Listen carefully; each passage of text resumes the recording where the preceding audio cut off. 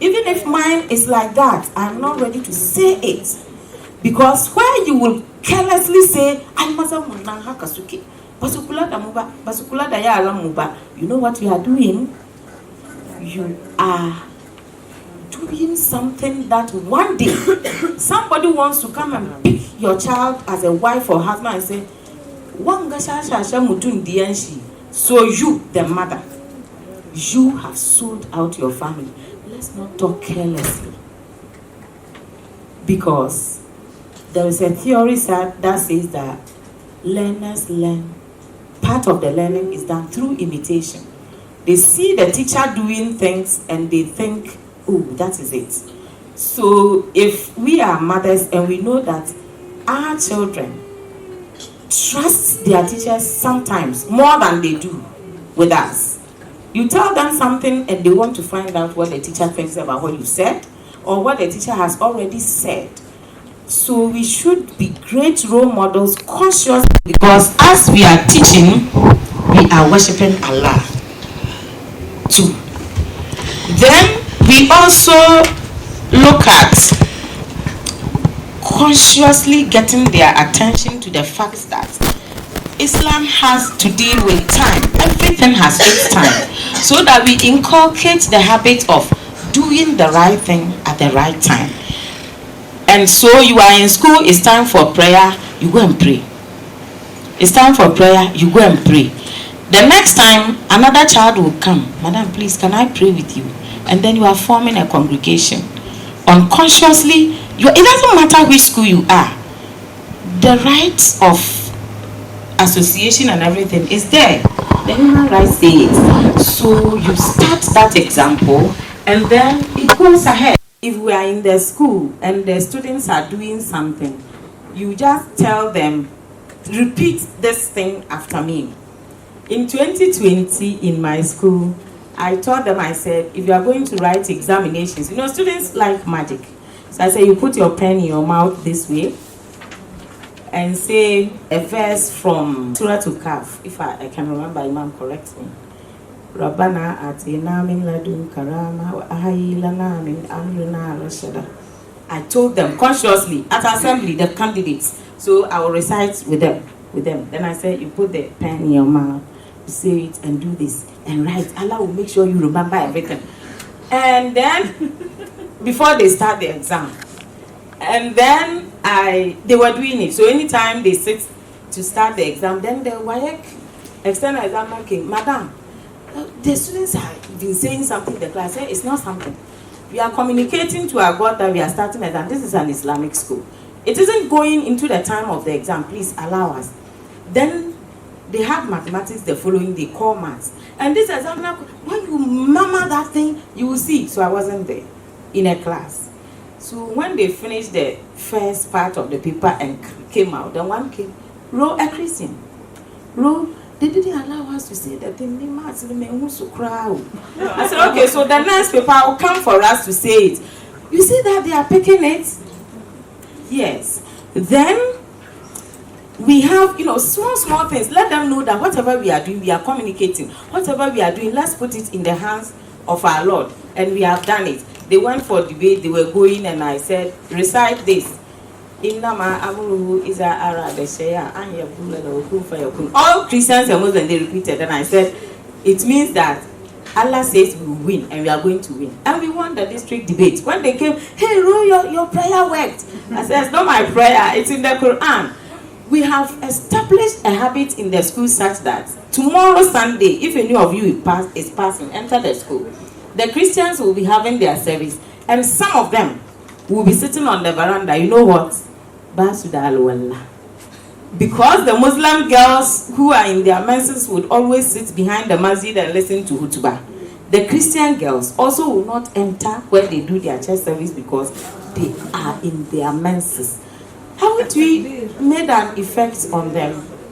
Yes. So let's do it in our own small ways. We are finishing. Be there for each other and keep united as Muslim ladies. Let's keep united and be there for each other at all points in time. Now, to do the great things we want to do, we also need support. We must also consider assimilation, inclusivity, etc. And so that we are assimilating things. You are in a Christian school, they have been saying the paternoster, our father who art in heaven. You tell them that when they are doing reciting Fatiha quietly, okay? When they are due to be reciting Fatiha quietly, then they will do it. Then you do, yeah, let's do a lot. Let's live Islam and live it with our Muslim students. And then we will see that when they take over from us, we will be amazed. If we don't do that, we will cry. A child can go to school and go to SS and may not have had the opportunity to be taught by a Muslim teacher at all. And so they go to school and they won't pray until they come home.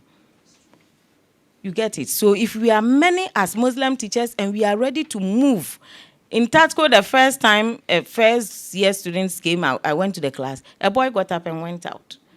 So after teaching, I saw him coming. I said, why didn't you sit in my class? I said, wait, madam, he has never been taught by a lady. So he was wondering, what was I coming to teach? Ghana. I said, what's your name? And the next class I said, sit in front, I'll give you something. When he got, I said, so the men, they were not teaching us anything. No. So this were the parts of speech that they taught us, pasa, kapagba, like, and even a woman has been able to teach it well like this. And he was always in the class. You get it? In Tamale, not South. Tamale College of Education. So I wonder how he schooled and no Muslim lady teacher taught him. No lady. Yes. He came to training college and was telling me. He was wondering, in the home they think, for a woman in our Muslim community. But then the first impression of a woman, fortunately, was me, and he had it good.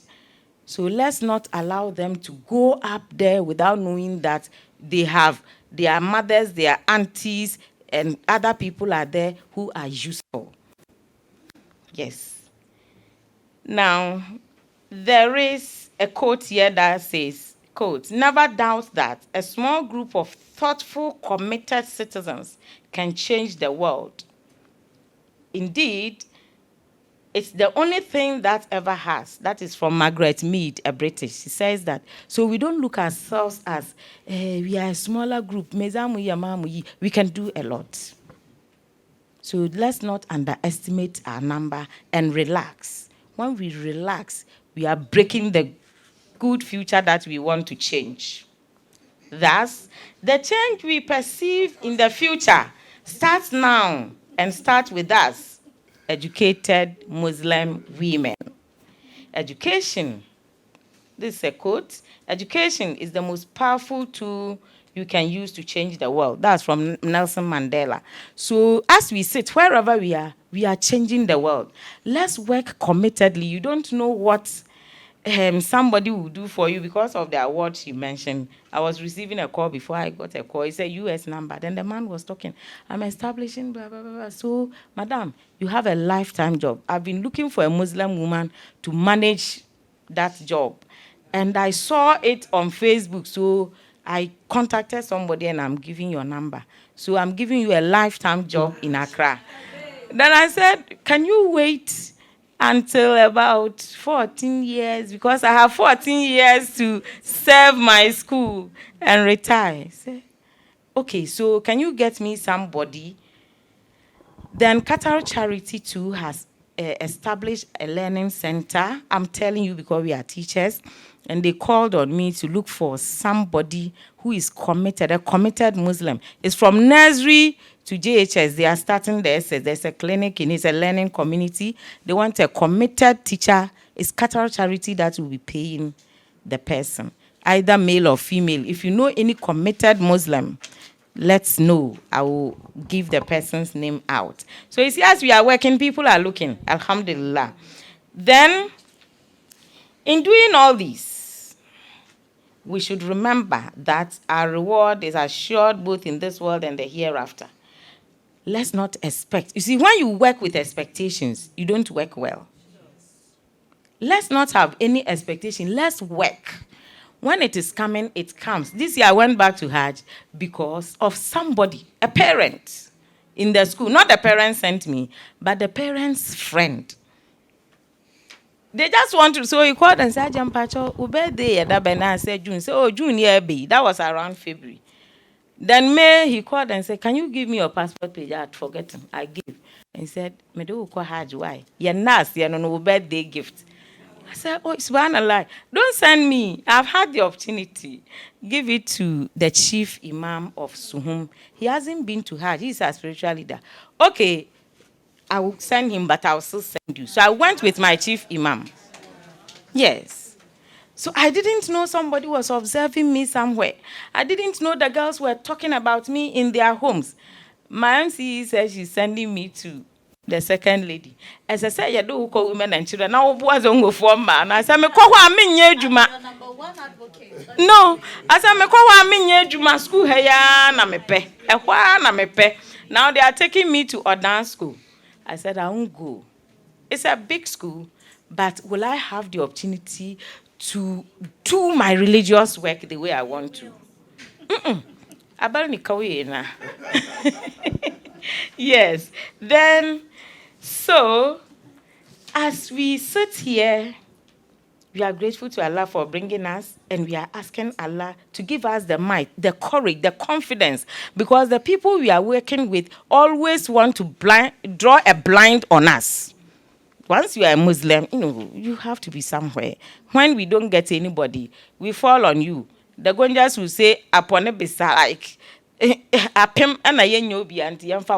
let's not accept those type of things. Let's let them know that we deserve something better. If you see that you are being made an option, refuse it. So, refuse it. Just tell them my husband hasn't granted me permission. In our religion, we always need...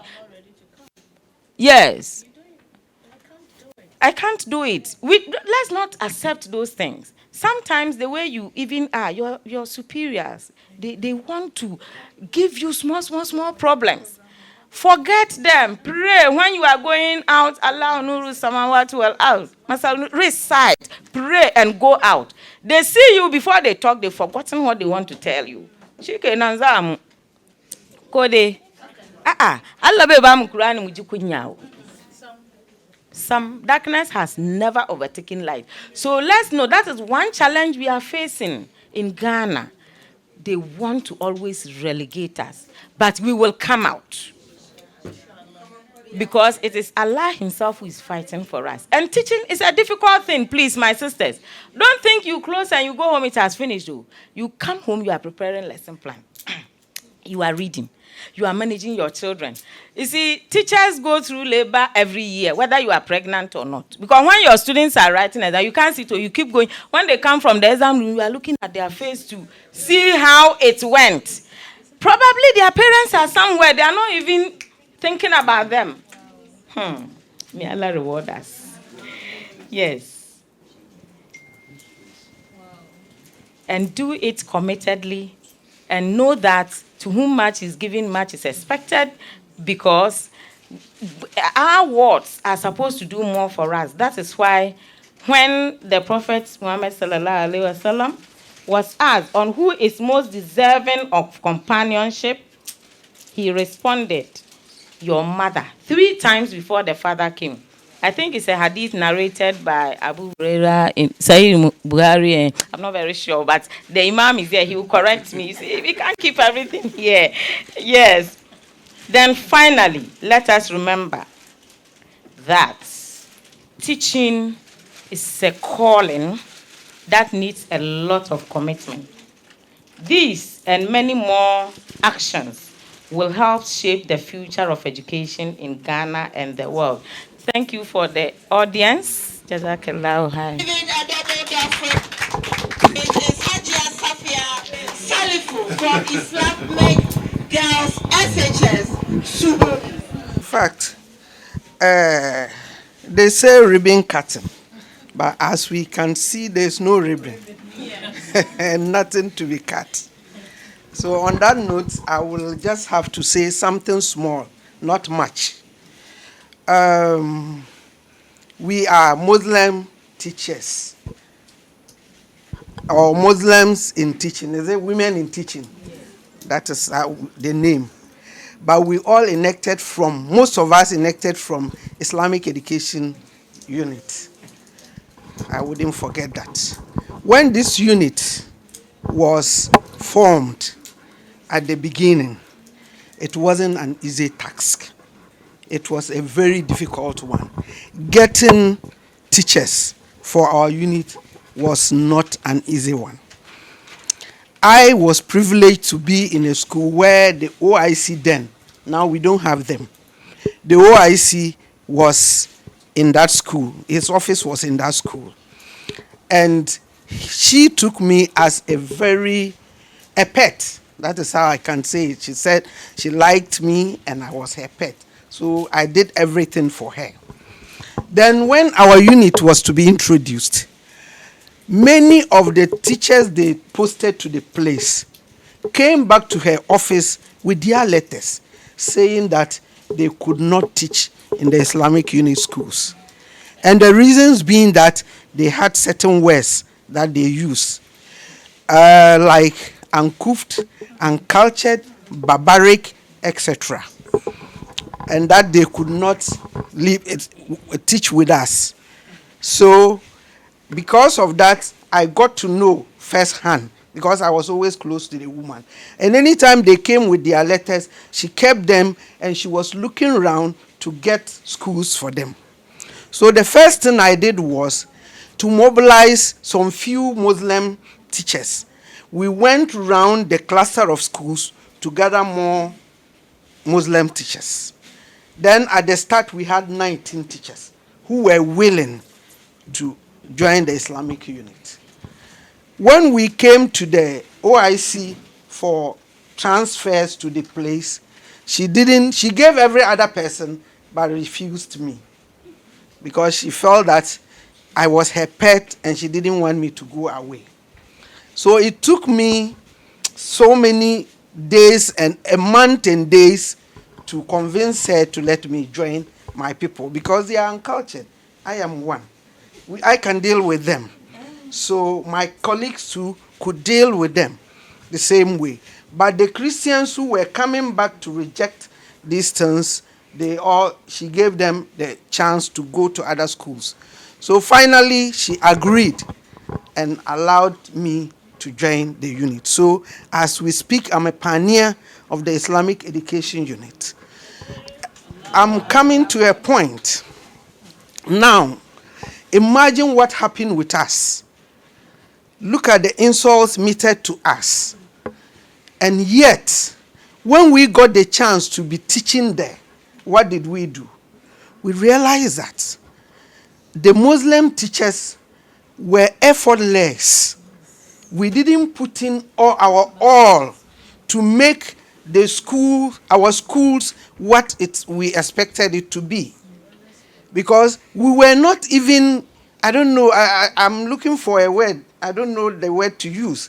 Because if somebody has insulted you this way, and you go, meaning you should also stand up and let them, it is a challenge. Let them know that you can do it. But unfortunately, no. Hadia Anatu is here to bear as witness. Because there used to be a time, or there is a time, and there is still the time, that they say the Christian teachers within our midst rather do better than us. Haji, am I lying? She stepped out. Okay. Okay. So this is what is happening. And if we had this challenge and we don't care about it, so how do you place yourself when you go to the midst of your colleagues? What do you think? You have given them the chance to abuse us. And it has come to be a reality. Because what we are doing is everybody is seeing it. We are not putting in our best to make it the way we expect it to be. When we started the unit, he was just a little boy. Yes. His father's, where his school now was my first place, the first school they posted me to. Am I lying? And you were just a small boy. You see? Yes. We tried our best. Maybe our best is not enough. But now that you are in, let's not forget. I just want you to remember or to know. Some of you didn't know that this was what happened to us. The Christians were not coming to our schools. They didn't want to come until they saw that the way they talked about us is not like that. So they started coming. And as they came, they have now taken over our schools. Because if they want to get the best teachers, apart from we are talking about, they will get Christians. And that is not a laudable thing. So, my colleagues, let's stand up and fight the cause of Islam. We are Muslims. And you know, wherever we go, no matter who you are, they disregard you. You can be anything. And I'm coming to, there's another thing I won't mention a head teacher's name. I was a teacher under a head teacher. Most of the time, if the teacher wanted to write anything to the office, she needed my input because she saw that certain things were not right in her way. So I did that for her, and she always take that to the office. Anytime there was a letter of any sort, I was the one who wrote the letter. But unfortunately, she was my head teacher. One day, I was sick, came to school, sat in my chair, and was teaching. When she came, the disgrace this woman gave me. Liata, get up.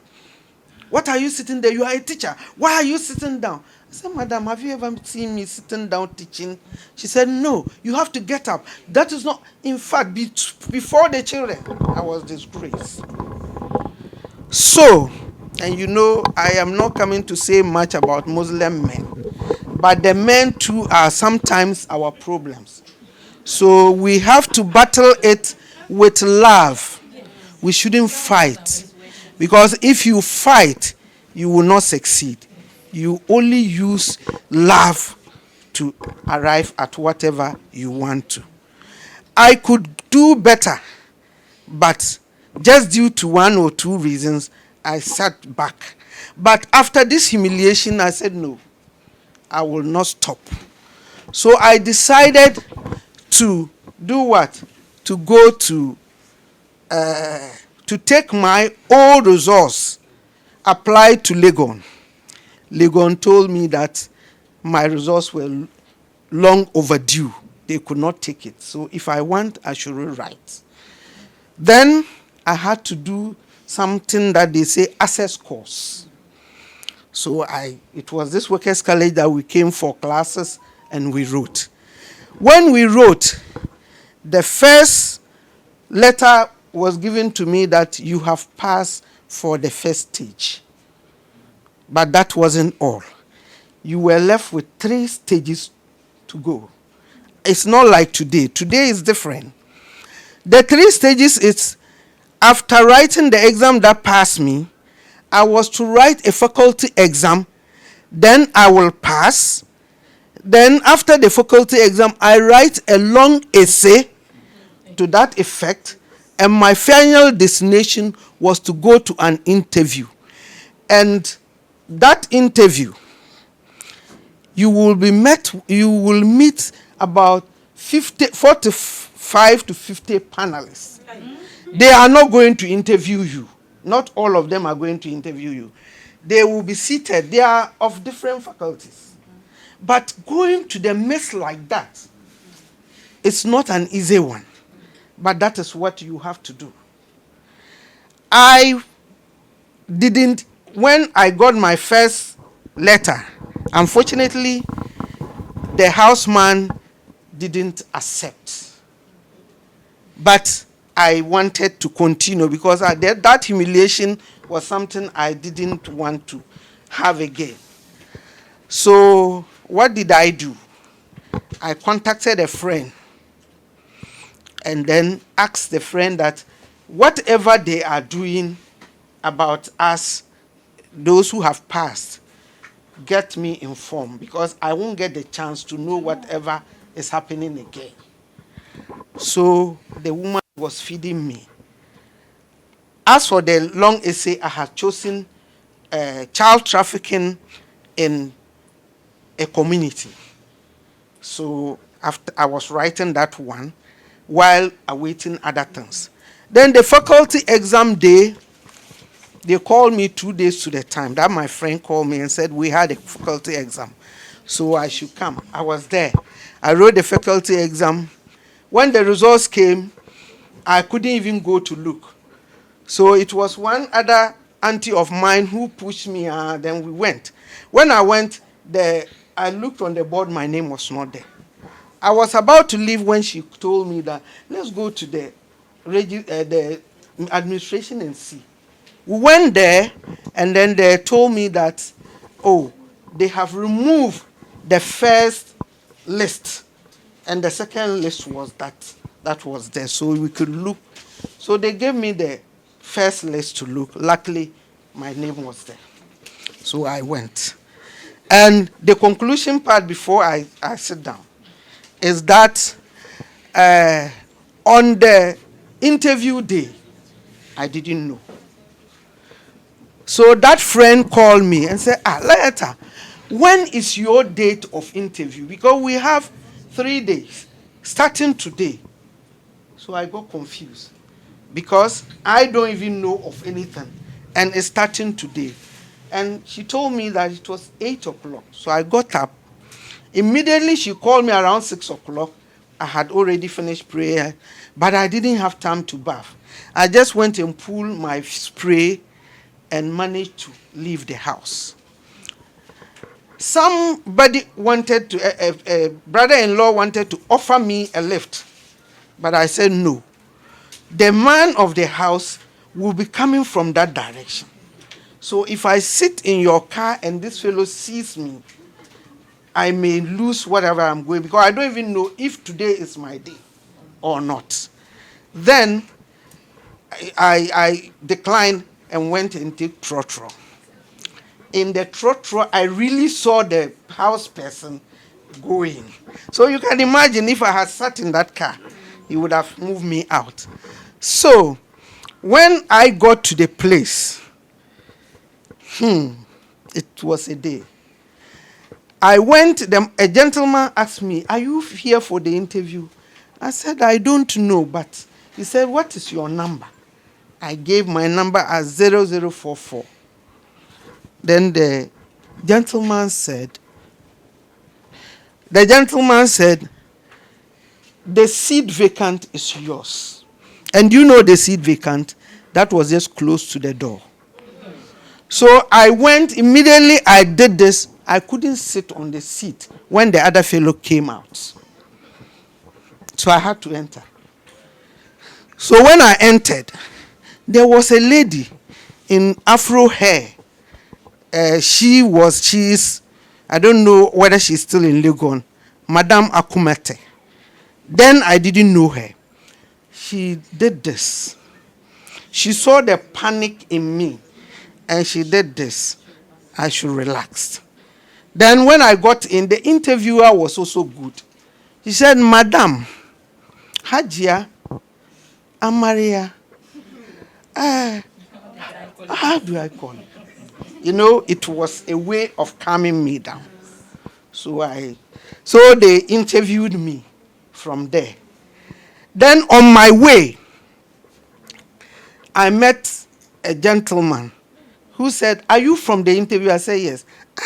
These people, why are they punishing them? My wife is dead. Did you see any fat woman, black? I said, no. Because in the way I went, could I have seen anybody? So she said, these people, won't they give this thing to us and we go? So I started shedding tears. Before I knew it, tears started coming. Because somebody has come, roll up and waiting for the wife to go. And somebody is running away from the husband not to know, telling all the lies at the behind to come. So I saw a spectacled man, and I called him to buy ducks. So I was there when a car beeped at me. And I thought it was the car was going to call the spectacle person. And he said, you come. Then when I got to him, he said, do you know me? I said, no. You haven't seen me before? I said, he said, but I was the one who stopped the interviewers from interviewing you because they had given you so many questions. And I stopped them. I said it was too much. I said, I didn't see. He said, okay, anyway, go and gather your money. You have performed highly, so I just want to tell you. I wasn't following you, though. I'm going to eat. And I saw you. So I went. That is how it all ended. And I became somebody who attended Legon. You see? So that is the way we have to fight our husbands. Not physical fighting, not with the... but it should be lovely. Because when I came back and he said, when he came and didn't see me, and where did you go? Even though I lied, but I was very, very humble in my lying. So it didn't cause any problem. You see? So finally, when I got the chance to go, the only thing he said was that you cannot be a resident student. You will be a day student. After being a day student for a year, he realized I was suffering. So he decided to allow me enter. And today, I can say that after Legon, I pursue to other places. But that is not what we are here. All that I have to tell you is to gather yourself very well, be strong, and do what the other Christians think we cannot do. Let's build our schools. Build the schools very well. Not only the girl child, the boy child is also there waiting for us. As teachers, let's mentor all of them and get them on board so that we will not be tagged as drunkards, drinking tramadors and other things, and only wearing golden things and ignoring things. When we shape them very well, they will also live to shape others for us. So on that note, I have cut my ribbon, I think. Takbir. Hajja has duly cut the ribbon. And we thank her for that. You know, as she was talking, I was just casting my mind back when I went through almost the same ordeal when I applied for MPhil in Legon. I was actually denied admission. I went to the interview after I was shortlisted. I went for the interview. The panels, there were so many. They asked me so many questions. My topic was Islamic occult sciences, a case study in numerology. So Dr. Rabiato, I remember her after, so what if you don't have a supervisor for this topic? Because it's too technical, Islamically technical. Yeah. So I said, well, I'll be forced to change the topic. So, okay, no problem. Later, my colleagues, we were 10. One of them called me, did you receive your letter? I said, no. I did not receive my letter. But you are part of those 10. I followed up. At the end of the day, they frustrated me to the extent that I had to let it go. Yeah, people go through a whole lot. Now I'm getting some courage because I've seen some people with beard. The bearded people come in. Hajia Lehata, I remember her so well and the kind of sacrifices she made to elevate my school. They were the first people or first teachers to teach in Rashad Islamic School at Newtown. And I bet you the kind of sacrifices this woman, you know, she's just the quiet type. She doesn't talk a lot, but what is inside of her is more than fire.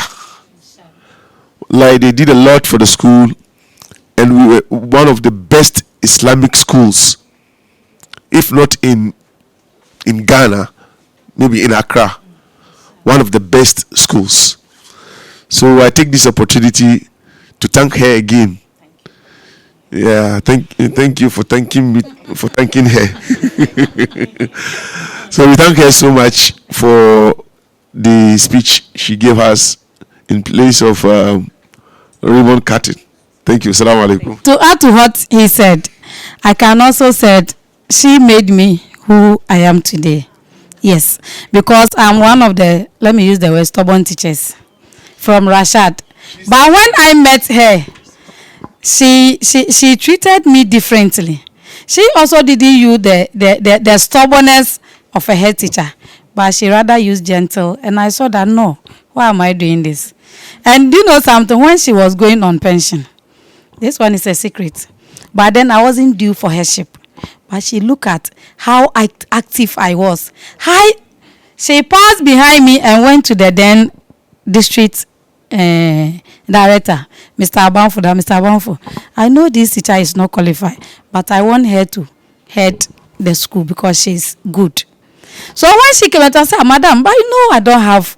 By then I was PS, and they said you have to get the deputy. But she saw that I have the potential of leading a school, so she went and recommended me. But now I'm overdue, but I don't like, because of Muslim men in teaching. I want to continue to be in the classroom to help the children. Many people ask, why are you still in the classroom? You know all the top men, you have the qualification, your masters, your this. Why are you still in the classroom? I said, that is where I want to be. I want to get the young ones to assess them. So, Madam, thank you very much. May Almighty Allah bless you. Thank you. Okay, thank you so much for that. And Madam Leatu, may Allah bless you. We all can attest to it as students, the ordeal we have to go through, especially when it's a Christian school. You have to go through some hectic things before you can make it there. Thank you so much for sharing that with us. And so let's get Hajia Samira to Baumia. And unfortunately, she's not here. So we get her rep, I think, yes, her rep to actually do justice to this topic. And she's in the person of Hajia Rabi. Thank you so much for that.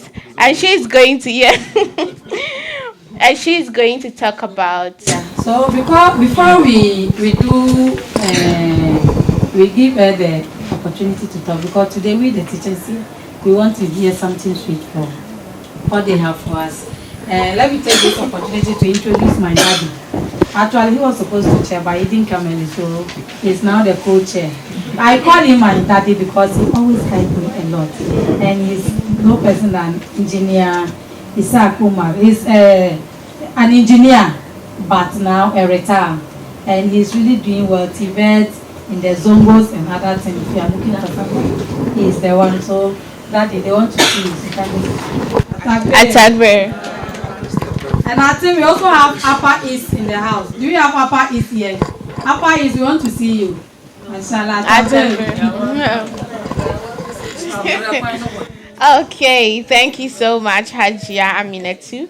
And so let's hand it over to the Hajia Rabi to do justice to this topic, which is policy promoting gender equality and diversity in education. Atakbir. Atakbir. Atakbir. Atakbir. So thank you very much, Hajia Amina.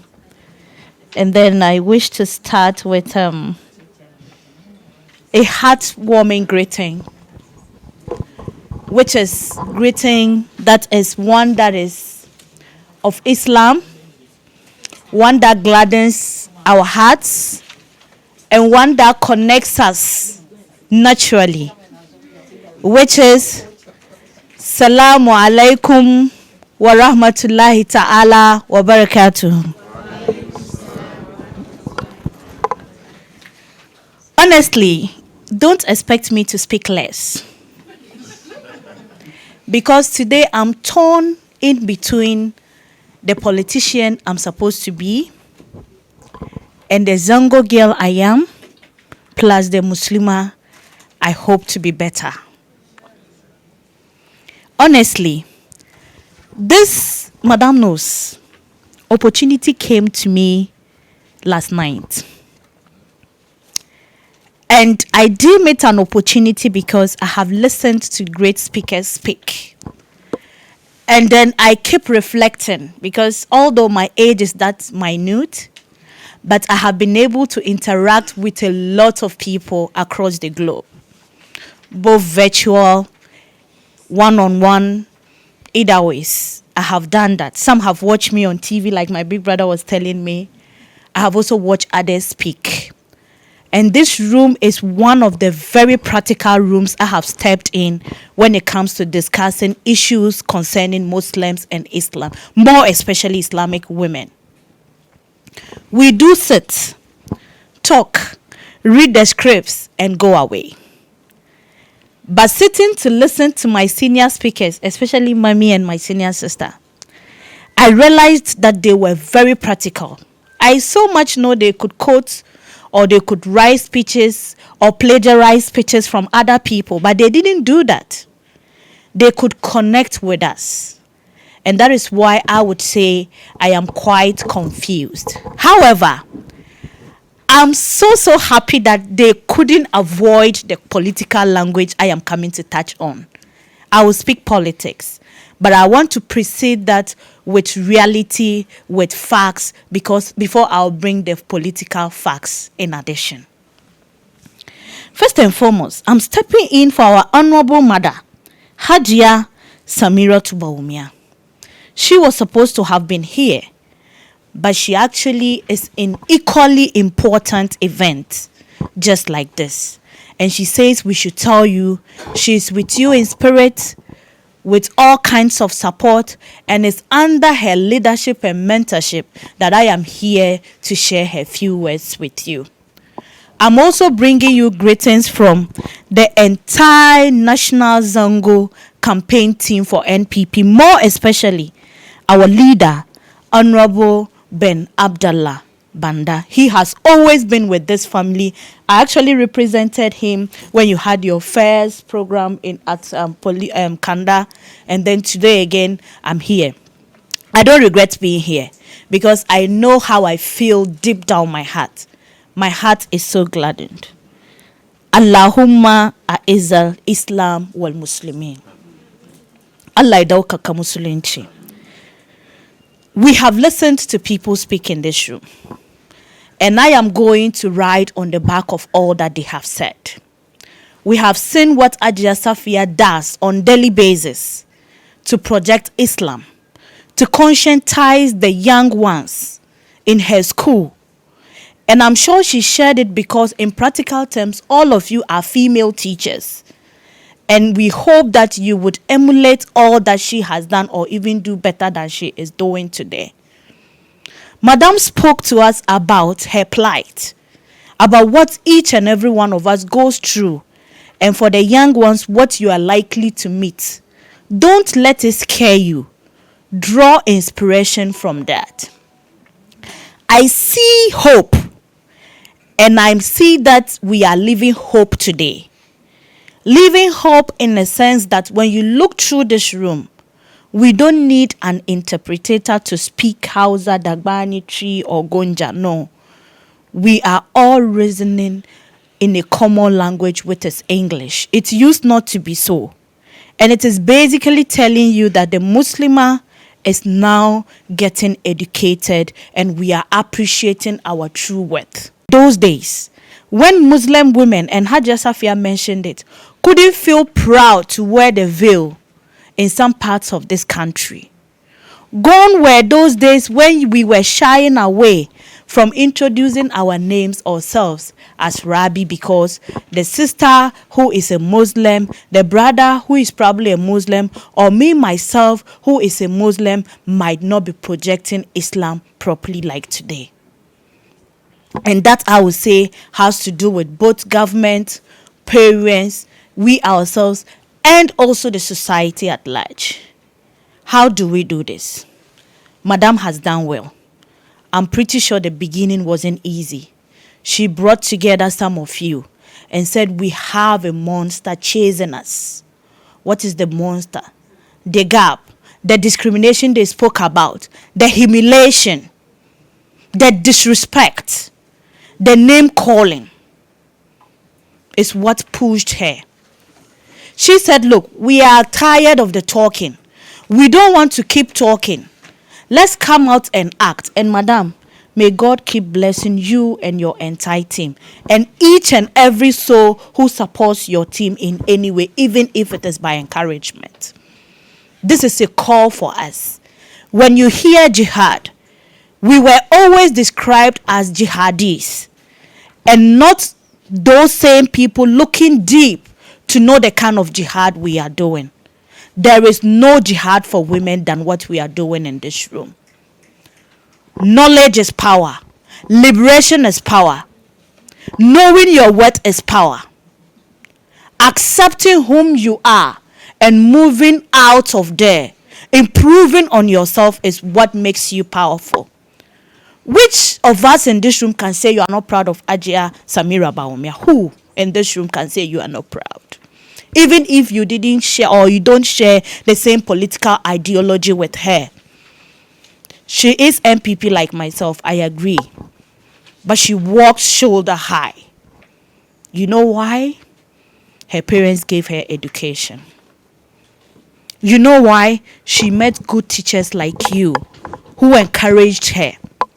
She probably would have gone through obstacles, but it also came back to her as an individual.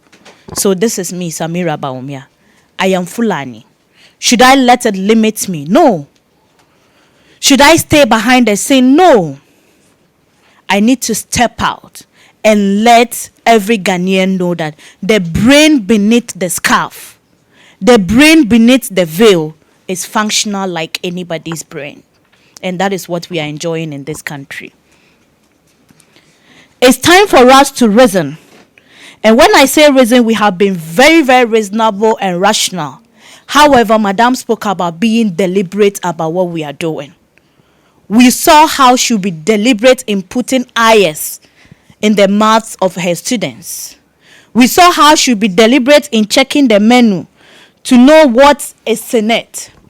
And I know you would ask me, as politicians, as a messenger of President Nana Addo Dankwa Akufo-Addo and Dr. Alhaji Mahmoud Bawumia, as a representative of Ajia Samira Bawumia, what have you done as government? And this morning I'll be proud enough to share a few with you. And I'm glad our technocrats are here to testify. She did testify earlier. She told us gone were the days when hijab was not accepted in our schools.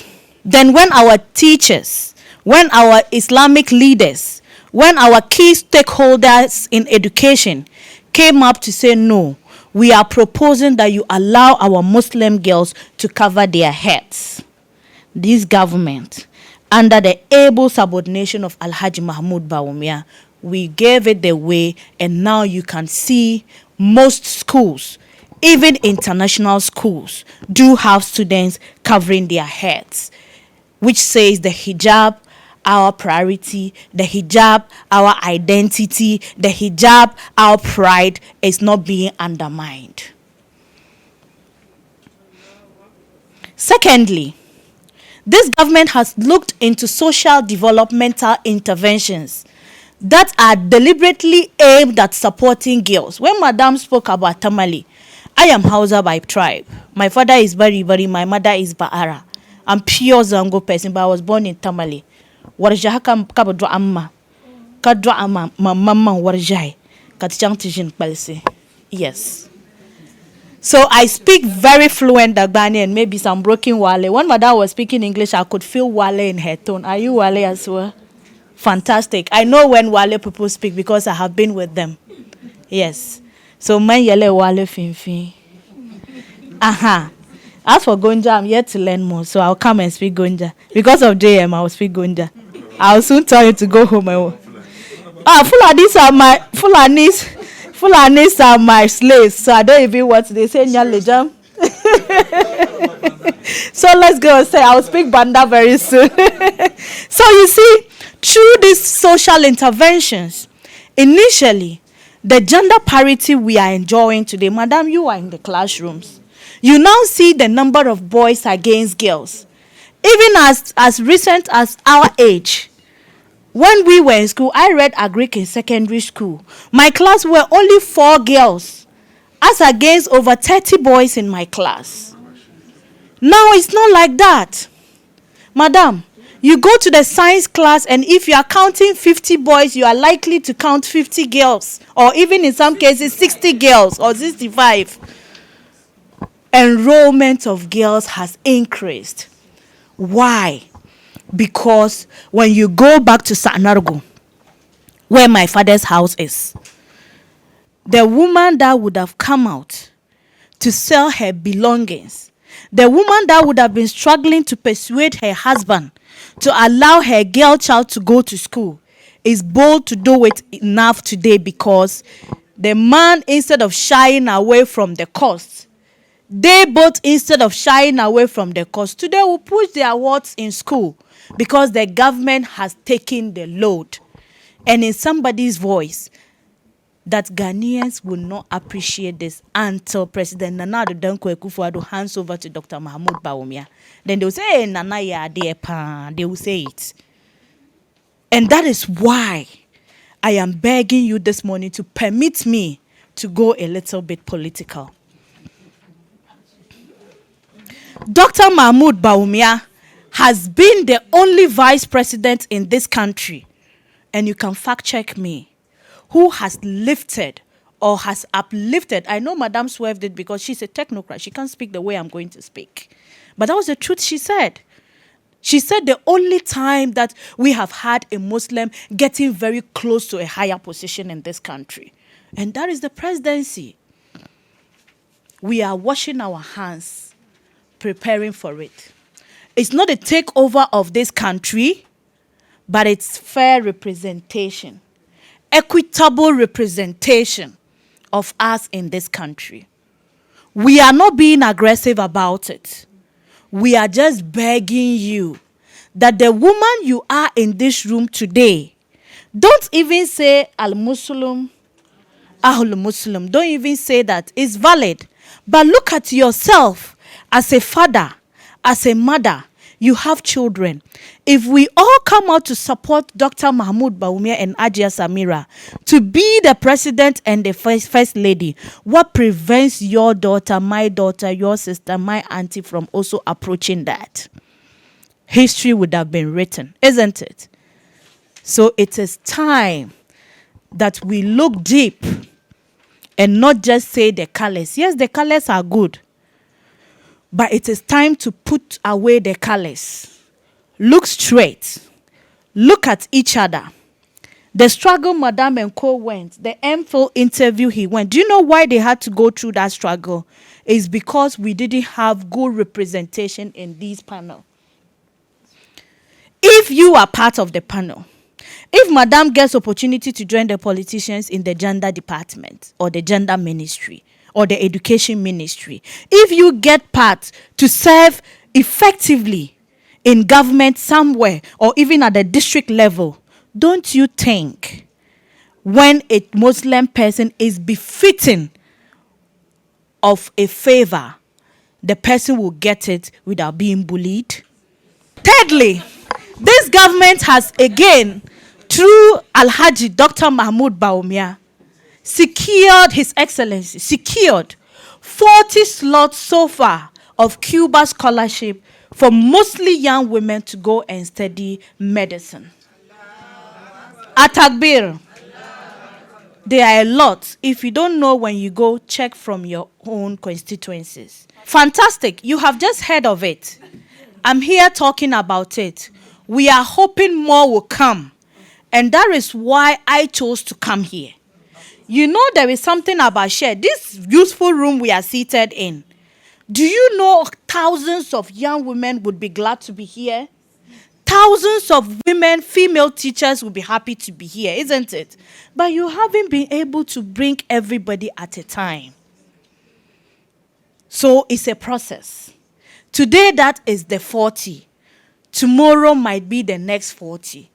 When Dr. Mahmoud Bawumia comes, it will continue. That is why we are saying the Islam we are fighting for doesn't just limit us to the individual, but the policies that are being implemented. So we are voting for policies, not just because he is a Muslim. Though he is a very qualified Muslim, very committed Muslims, but these beautiful policies I am giving you should be our point of motivation and convincing others to also look in the direction of a Muslim brother, because it is critically important at this point. Now, I want to shift from the good things we are doing for this country and coming back to climax on where my sisters ended. And this is why I told you I'm quite torn in between. Because if I were speaking politics, I could have gone on and on and on and on. And it is sure that is why His Excellency former President John Dramani Mahama doesn't want to engage Dr. Mahmoud Bawumia on a debate. Because if you want to interrogate the figures, thank God all of you are elites and you can go. We have the delivery tracker. If we want to move away from the names they are trying to tag him, it's politics. The NPP can equally come out and tag Mahama with any name. The NPP can equally come out and tag Mahama with any name. So it is fair for them to go very political on that tangent. But for you as voters, for you as influencers in the society, I want to crave your indulgence to make time and go on our delivery tracker strictly on education and see the kind of infrastructure we have given this country. From quality to quantity. TVET. Our engineer is here. In 2015, what you are seeing today, is it what was there? No. No.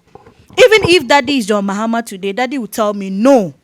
Because the ultra-modern facilities we are giving the institutions, though all haven't gotten, but we are sure that when we stick to our books, when we stick to the plans, this country would be celebrating big time. And inshallah, we hope to do this rejoicement with His Excellency, Dr. Mahmoud Bawumia. Education, when you look at my topic, it has to do with what's on gender equality and then diversity. So in talking about diversity and education, we wouldn't just limit ourselves to formal education. Look at the young women who would have been in Makwala, in Cantonmento. Today, about 5,000 of them on a pilot base have gone to Medina in a center, very, very furnished, well equipped. And what is happening there? They are training them on soap making, on catering, on make-upping, on even mentorship, leadership, including driving and all. Yes. Just last week, over 300 passed out. And if you want to check that, you can go on TikTok or social Facebook. You would see videos where some of them are tearing up of joy, telling us that this is what we are seeing. We have never seen it. Forgive me if I'm going very political, but the facts are really there. So make some time. At your leisure time, try to go on education. Look at the things that I have counted. Confirm what I have told you, and you would see more and more and more. Now back to this room. We want to be. We have been humiliated. We have been sidelined. We have been addressed as uncouth. How do we do it? How do we do it? Today, Dr. Mahmoud Bawumia and Hajia Samira have opened the gate for us as vice president and the wife. They have worn the kaftan. And today, if you observe, wearing of kaftan and even the scarf is not limited to us only Muslims. If you observe critically, I'm glad you're accepting. And as we go on political campaigns, something caught my eye quite recently. We got to a community and Madam spoke about making deliberate effort to pray. It's not only in education, even in our political space. There used to be this myth that all female politicians are harlots, we sleep around, we don't even know what we're about. Some of us are in the space. And I always tell people that if you empower yourself, if you have got the substance, if you have personal development as a priority, the person would dare not even address you as such, even if you are the biggest harlot. Trust me. If you are equipped, he knows no. You take Zahara, you take Lauratu to Metro TV, and Lauratu speaks with facts. Lauratu says it as it is. Lauratu is bold and confident. Lauratu knows her left from right. Would you ever call Lauratu a prostitute? No, thank you. She is lettered. And may God bless you all teachers here for teaching our children the best way to go. I got touched when Madam said you go into labor several times a year. I have never thought of that. It had never crossed my mind. Thank you for teaching me something today. And I'll never take it for granted. I'll be nice to my teachers, but I'll be nicer to my teachers. Because I make sure I have contacts of every class teacher of my kid. And I have 4 beautiful girls. So I'm naturally a mentor of women. So if I don't advocate for girls, there is nobody else whom should be advocating for girls. Yes. So God bless you all for that. And let's go finally. It starts from us. 1, supporting each other. After building our capacity, after preparing ourselves for the task. Because when Madam spoke about the interview she went in, if she didn't know what she was going to, you can imagine the struggle she went through from the morning to the hall. If she was dumb, excuse my language, would she have been able to pass the interview? But she even did very well. 2, if you don't package yourself well, they say you'll be addressed as you are dressed. I used not to be proud with the hijab. I used not to be proud of hijab. I used not to be proud of hijab. My father is a very, very strict Muslim. I used to tie my hair all right. And I went to Islamic secondary school in Tamale. So I grew up with the hijab. But how some people wore our hijab made me never to be proud of it. You see the white veil, very dirty. Wari. Wallahi, wari. But if we say that this is our dignity, even if it is 1, I'll always wash it night before. So that they dare not stop you because you are wearing it. We are always in long dress, straight dress. At least put some flair in it. Let it be nice. Lately, the young women do very well. Myself, I'm a young person. I'm Gen Z. Or I'm not. You see them wearing the hijab and they try to spice it up. They wear their glasses. And sometimes you even feel so ashamed of not wearing hijab if you are not in one. And that is the way to go. Look at how beautiful Madam is. And all of you here. Nobody will see her and just walk out. No. The packaging.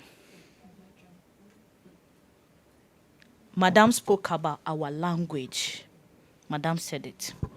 When we open our mouth, what comes out of it? Make deliberate effort. Some of us went to Saito. Trust me, I sit to study words. Because I want to be taken serious when I speak. I sit on Metro TV, of course. You know the kind of audience I speak to. I sit with someone, she speaks, I write down some of the words. I go to find it out. The next moment, I put it in my expression. She never invented the word. She's not the inventor of the word. So what stops you from picking it and learning it? When Hajjat Amira Baumia speaks, my heart melts, you know. Even if you don't like her, the confidence, the aura. Otibrofo. May all our generation be as beautiful as that. May Islam be more beautiful in this country. May we never forget Dr. Mahmoud Bawumia come December 7th. Not just for the sake of Islam, though it is number 1, but because he is a visionary leader. Because when you observe his trend, he is a destined leader. Look at his sense of humility. In this country, I have read the 4th John written by Manasseh Azure. And the book will tell you the frustrations. That's what I said on Metro TV and the show almost ended some time ago. I said John Mahama couldn't stand the heat as a vice president. And it's true, it's written in that book. He said he wasn't. The wife went to tell the then president that my husband is even not the man I know enough at home. Do you know why? Because whatever happens here affects all parts of your body and your functionality. Why was it so? Because the vice president's seat is not an easy thing. But bi-iznillah ta'ala, Madam said it, you can't have Quran and be embarrassed. It can never happen.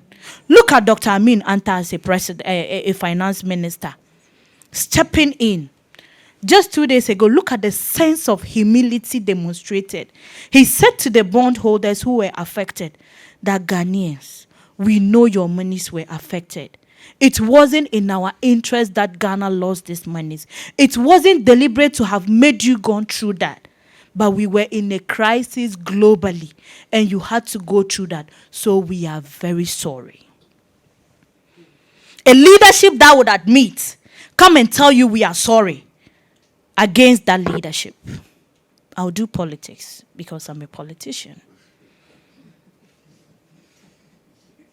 So it tells you the iftar that we now do at Jubilee House. You dare not. Jubilee House, you used not to wear kaftan like this, though we had a northern president at that time.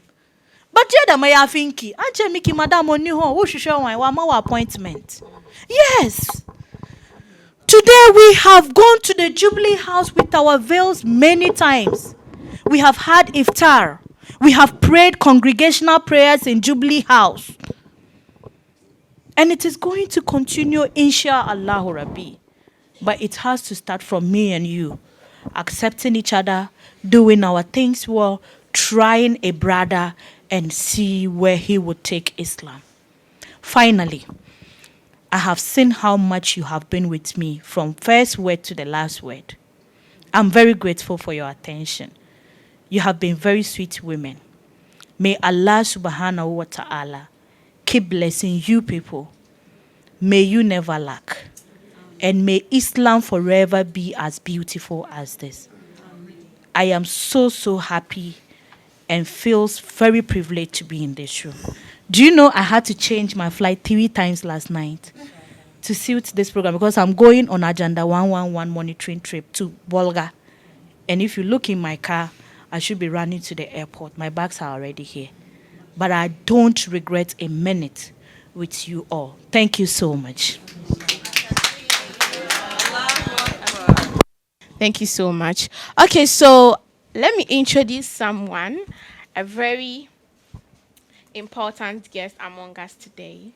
And she's in the person of Madam Aliyah Latif. Let me read her bio so that you get to know who we are in this room with. Aliyah Latif, founder and CEO of Peace Build 360 LLC, has worked in restorative justice and human development in New York City and internationally for over 2 decades. Her work includes conflict resolution, hate crimes, juvenile incarceration, liberation, and Afrofuturism. Okay, Aliyah is passionate about cross-cultural dialogue and thoughtful community engagement, having done work in Guatemala,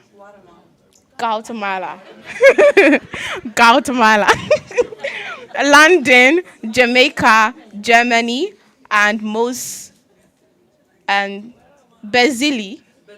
Belize, and most recently Accra, Ghana, her second home. She studied urban studies with a focus in public policy at the University of Pennsylvania. And her re-image relationship, renewable and response to violence as a member of the Guild of Future Architects. Aliyah has completed a Woman in Faith Fellowship with New York City's Jewish Community Relation Council, and has served as the national president for the Pan-African Ahmadiyya Muslim Association USA Women's Branch since December 2018. Atakbir. Mashallah. So this is who we have here. Okay, please, they would like to see you, Miss Aliyah. So this is... Okay, thank you so much. So let's move on to what we have, which is the panel discussion. And our moderator is Hajia Hamida, and she's a lecturer, University of Development Studies, Tamale.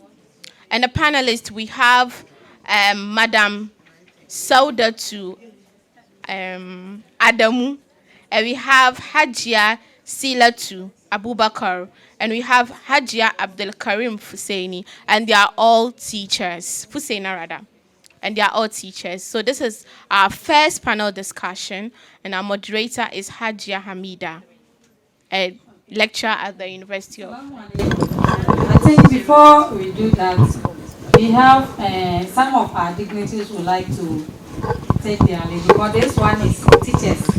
We want to have discussions. This discussion, I think, is we really didn't want to see anyone here, but my daddy there, he can be here. No, my daddy will be here, so that we do our discussion. But just come. So we want to permit them to go. But before then, Madam Adia, I don't know, but she just reached out to her when we extend invitation to Ahmadiyya women at Osu. Now we are inviting them tomorrow for our program. She saw it and then she reached out to us on our email address that she would like to be with us. Great. I even forgot. So I didn't even send her location. Right now, I remember I said, let me send her the location. Before I was sending, she told me I'm here already. I don't even know how she managed to get here. Truly, she wants to be with her because she's also educationist. So today we are all educationists here. And you want to find out, empower ourselves, how we are going to, because we are helping the girls. If you look at the video I show, we are doing a lot in our classrooms, in our community to help our girls. What are we going to do to empower ourselves to the capacity building that we can carry to our various regions so that we can use it to help our girls? That is the panel discussion we are going to have. So we are not going to do any cool way. And Madam Rabi Salifu. Madam Rabi too, we thank you very much. In fact, when she was talking, I saw that the room was very quiet. A politician, people can confuse us. I was confused. Not because me, I don't know whether I even have a party to vote. But when she was talking, I don't know. Do I vote to A or B? Vote for us. Rather, I can see that most of you are confused and confused. Vote for us. Vote for us. Vote for us. Thank you very much. Thank you so much. Thank you. I say Alhamdulillah Rabbil Alamin. Wassalatu wassalam ala Sayyidina Muhammad wa ala alihi wa sahbihi ajma'in. Rabbana taqabbal minna innaka antat samiul alim. Wa tub alayna ya maulana innaka antat tawwabur rahim. At-takbir. Yes, this is a panel that is coming to discuss a topic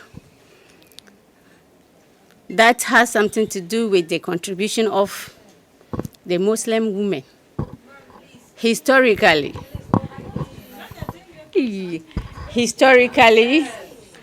and then contemporary world today.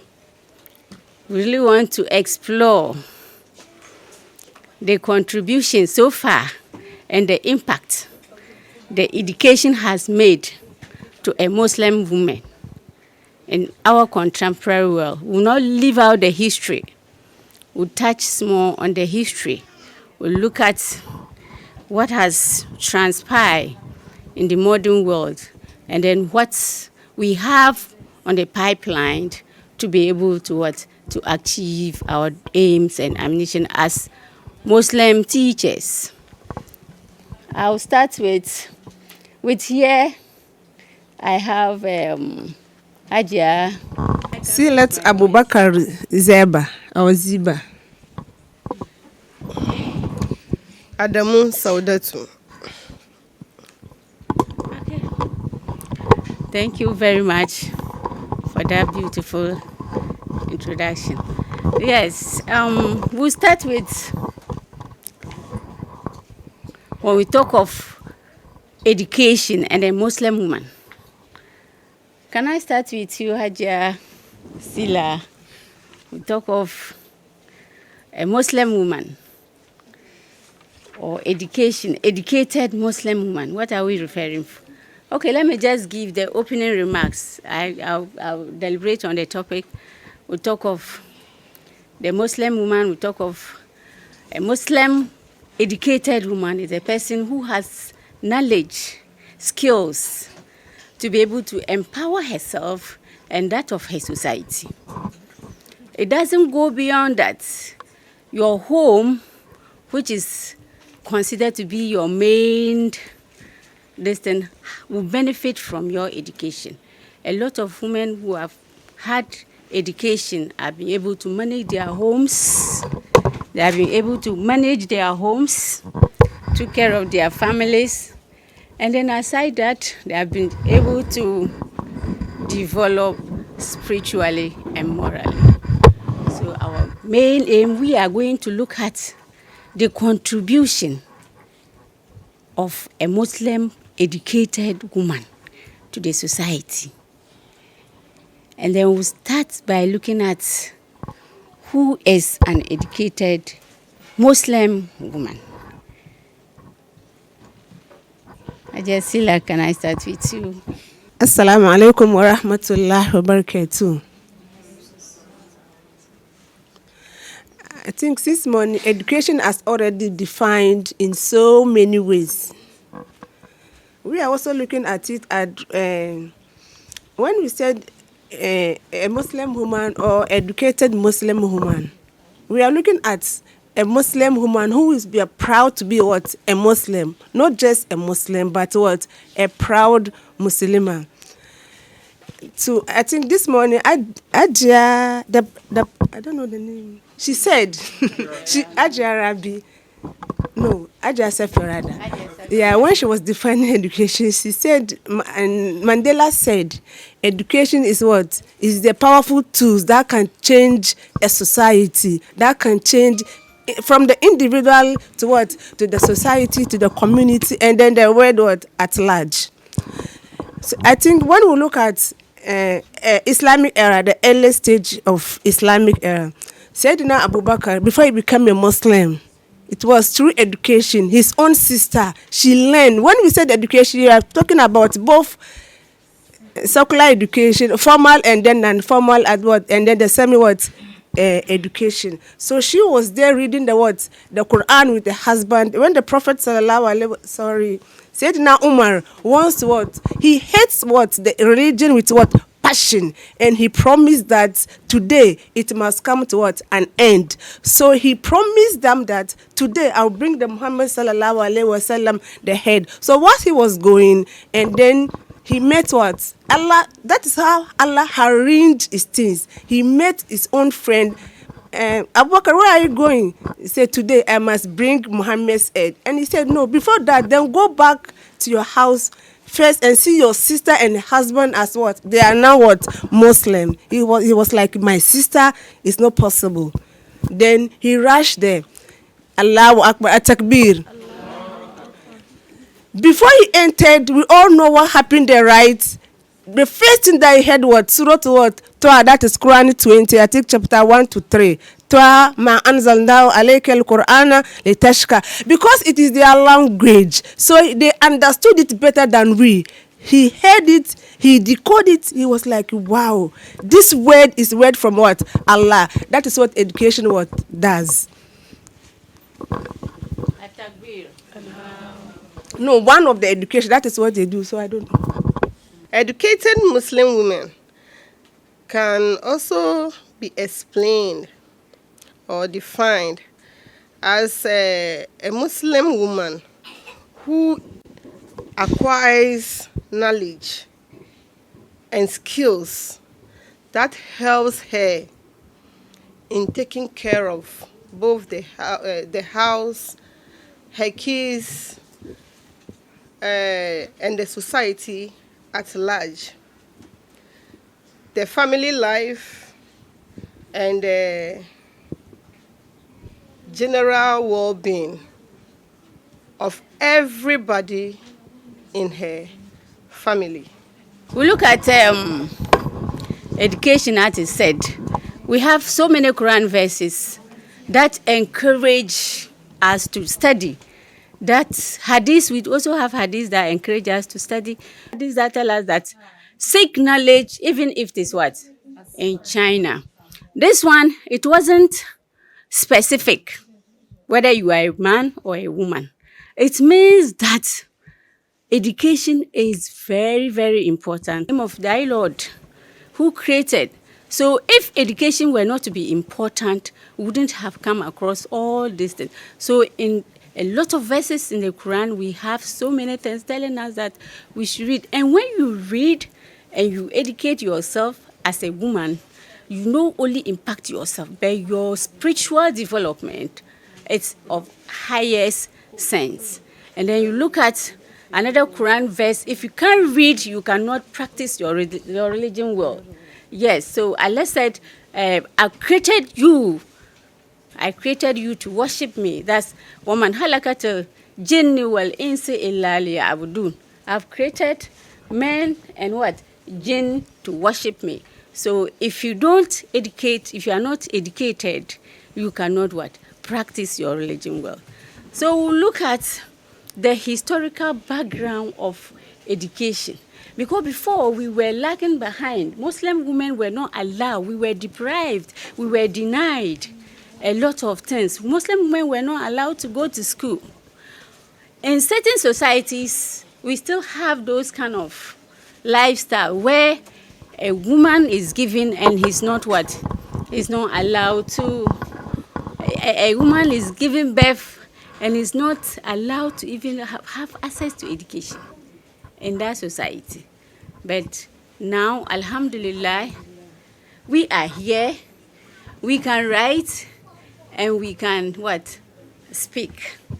So we thank Almighty Allah. We have to look at the history behind it. So please, can I find out the reason why women were denied access to education? Can we deliberate on this? Why? Why is it that women, our contribution to the world is of paramount? But in the past, we were denied what? Access to education. Yes. Thank you. In the past, women were denied education based on some factors. One, cultural value.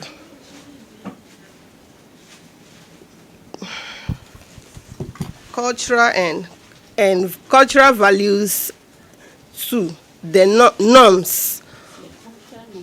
Cultural norms and values of the people that we were having in those days. Even up to today, some people are still holding on such values that they are using to prevent their girl child from getting educated, from being educated. Assalamu alaikum. I think she said the reason why most of us, our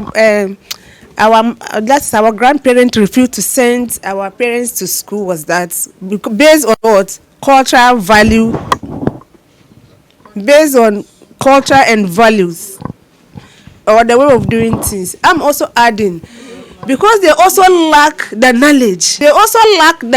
So they don't understand the reason why a woman or a female to be what? Educated. So I'm also adding to it that lack of knowledge has also contributed that. Thank you.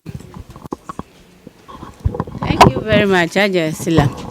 Yeah, we look at the woman or the girl child was denied education in the past. And that was very disastrous to us. So I think a lot of women saw the need for a woman to have education. And historically, we have people like Fatima, Fatir, we have the Prophet Muhammad's wife. Yes, some of them even established universities. And it is still operating up to now. Just because they want to champion female education.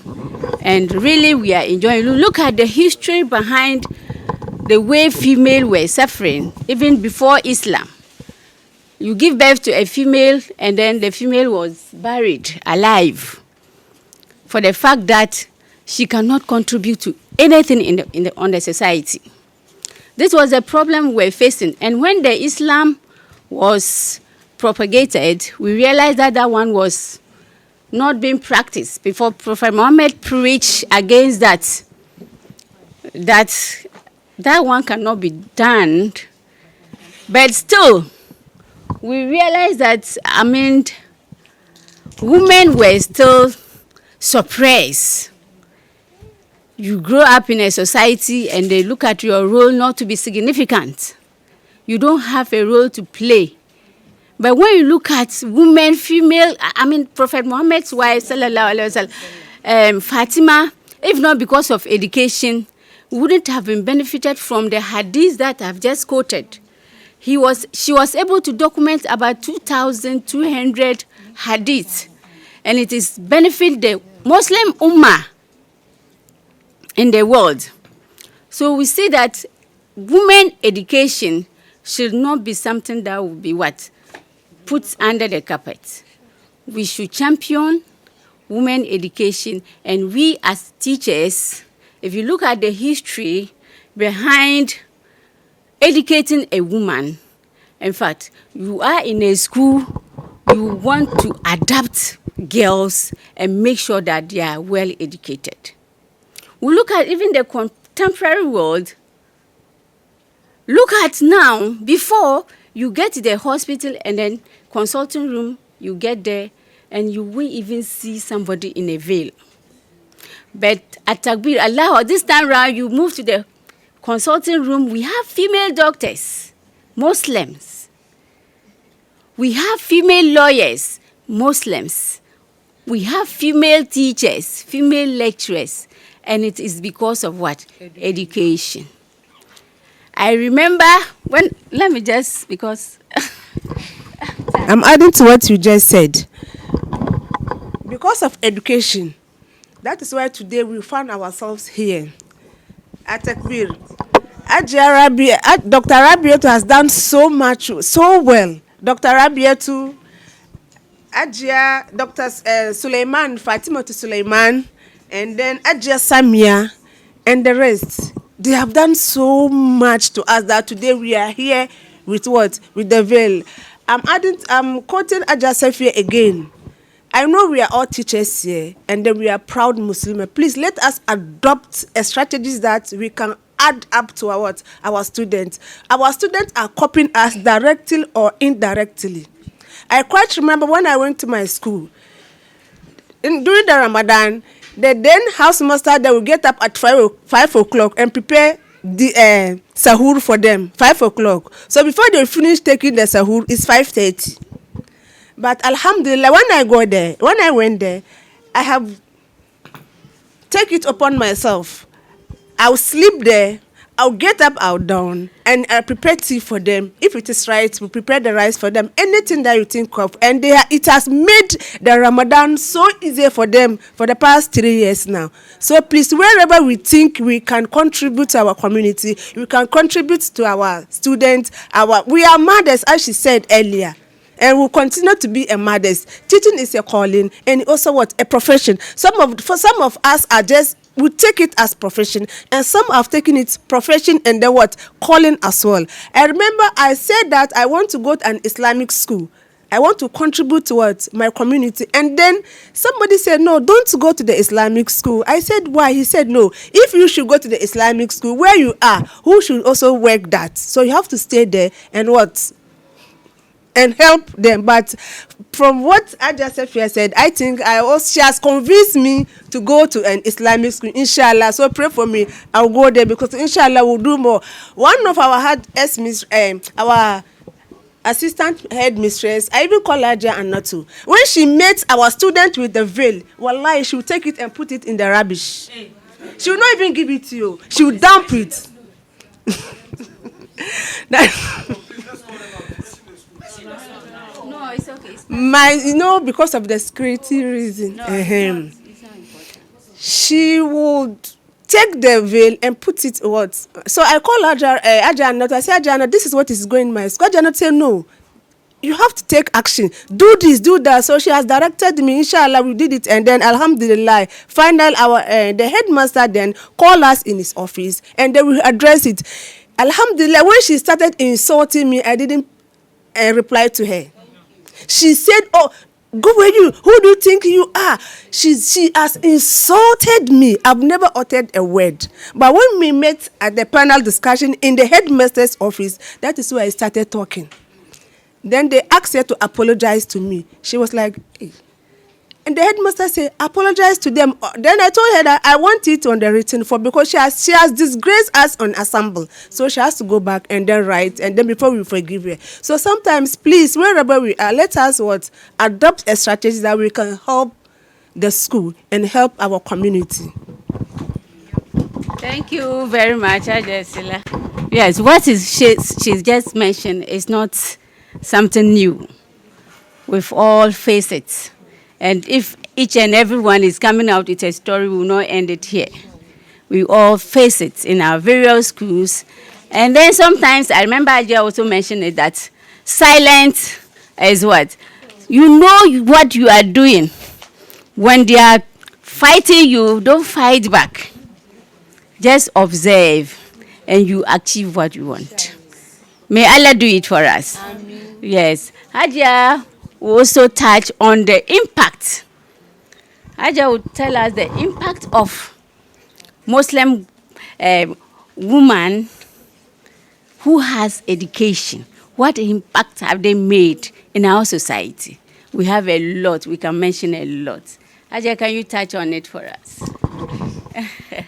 Assalamu alaikum rahmatullahi wa barakatuh. So I'm happy to talk about the impact of a Muslim educator. So, a teacher at an Islamic school in Kufuridia. So when I was posted there, we were overstaffed and they intend to transfer me from the school to a different school. So the headmistress called us and discussed it with me, and I told her, I'm begging here, I want to remain here. I want to serve as a role model to my kids, sisters in the school, and some are even young enough to be my daughters. So I want to remain here. So she said that's okay. So I've been here, and alhamdulillah, I'm doing my best to serve as a role model. What a teacher is supposed to do, I'm doing it. I come to school as early as possible to see to it that a compound is clean, and in the class too, I do what I'm supposed to do. And you'll be surprised that whatever you do, the kids are watching. Whatever you do, be it good or bad, they are watching. So they'll go about selling you out, like how the Suhum headmistress talked about that. They were going out talking about her without her knowledge. And you see the benefit that came out of it. A parent's friend sent her to Hajj. And it even benefited the Imam of the town. So whatever we do, be it good or bad, the benefits will come back to us.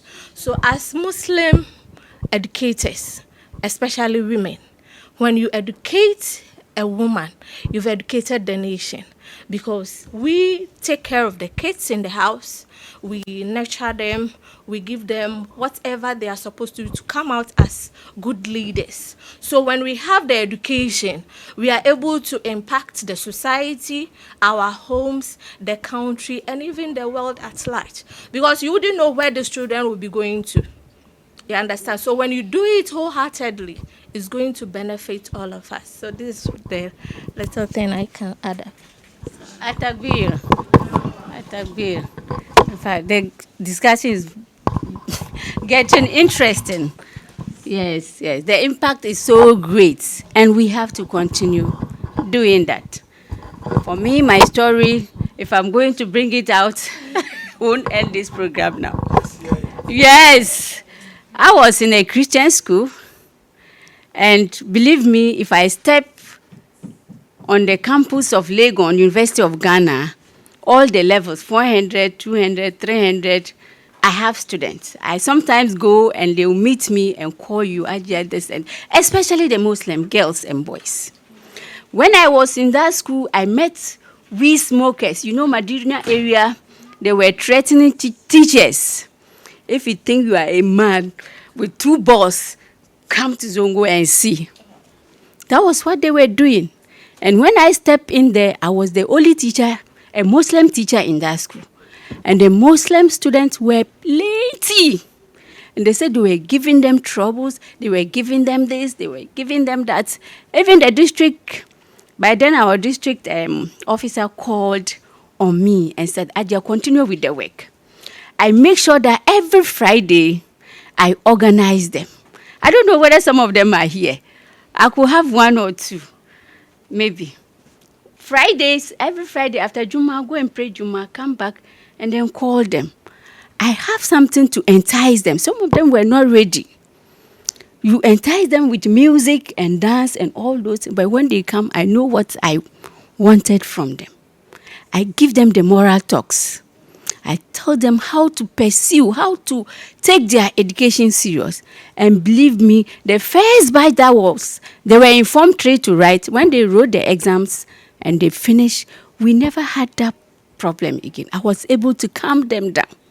Some of them were not having money to barber their hair. With their bushy hair every day, they are punishing. They will punish you and you get up and run away and said, if you think you are a man, come to Zongo and see.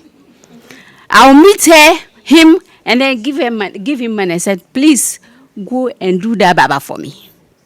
If it is because of book, I'll meet you. Try to just talk to. Don't use force. As a Muslim teacher, you have to draw strategies to be able to tame them. Then you achieve what you want. Right now, I get to the university campus. Some of them are there. Those who were this, that. Now they've calmed down. And the glory, we give it to Almighty Allah. So as a teacher, your impact is not something small. We teach at the higher level. I was taking this to that end, and somebody called me and said, yes, please, this is a university. We don't do that. But still, I don't leave it. I see a student and I see the lifestyle you are carrying. Your performance is not welcoming. I call you one-on-one and advise you. And this is what teachers must do. Call the student one-on-one, try to address his problems or her problems. And then, inshallah, if you become a better person in future, Islam is what? Islam is even growing. We are growing. But if you do it high, the person leaves the school and they can equal. If you call the parent and the parent said, no, allow him. If you want to school, he will not misbehave. The parents themselves, they are fed up with the child. So as a teacher, as Madam said, it's a call. You meet a student and you make sure that you achieve that thing. You squeeze that water from that stone out. You get something from a child. Atakbir. I think there's no time, and if you want to talk, we'll not end this session.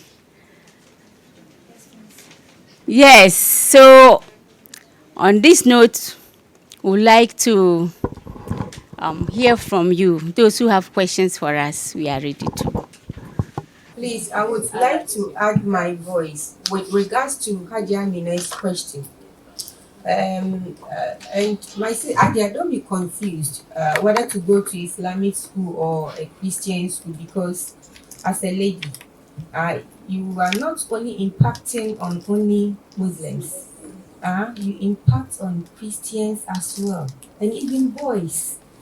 It might interest you to note that when you are standing before the kids and you are teaching, they will be admiring you and wanting to be like you. And so you impact on all of them. Whether you are in Islamic school or a Christian or secular school, please do impact on the children. The children are looking up to you. After university, my first degree, my first station was a boys' secondary school in Takoradi, GSTS, if you all have heard of it before.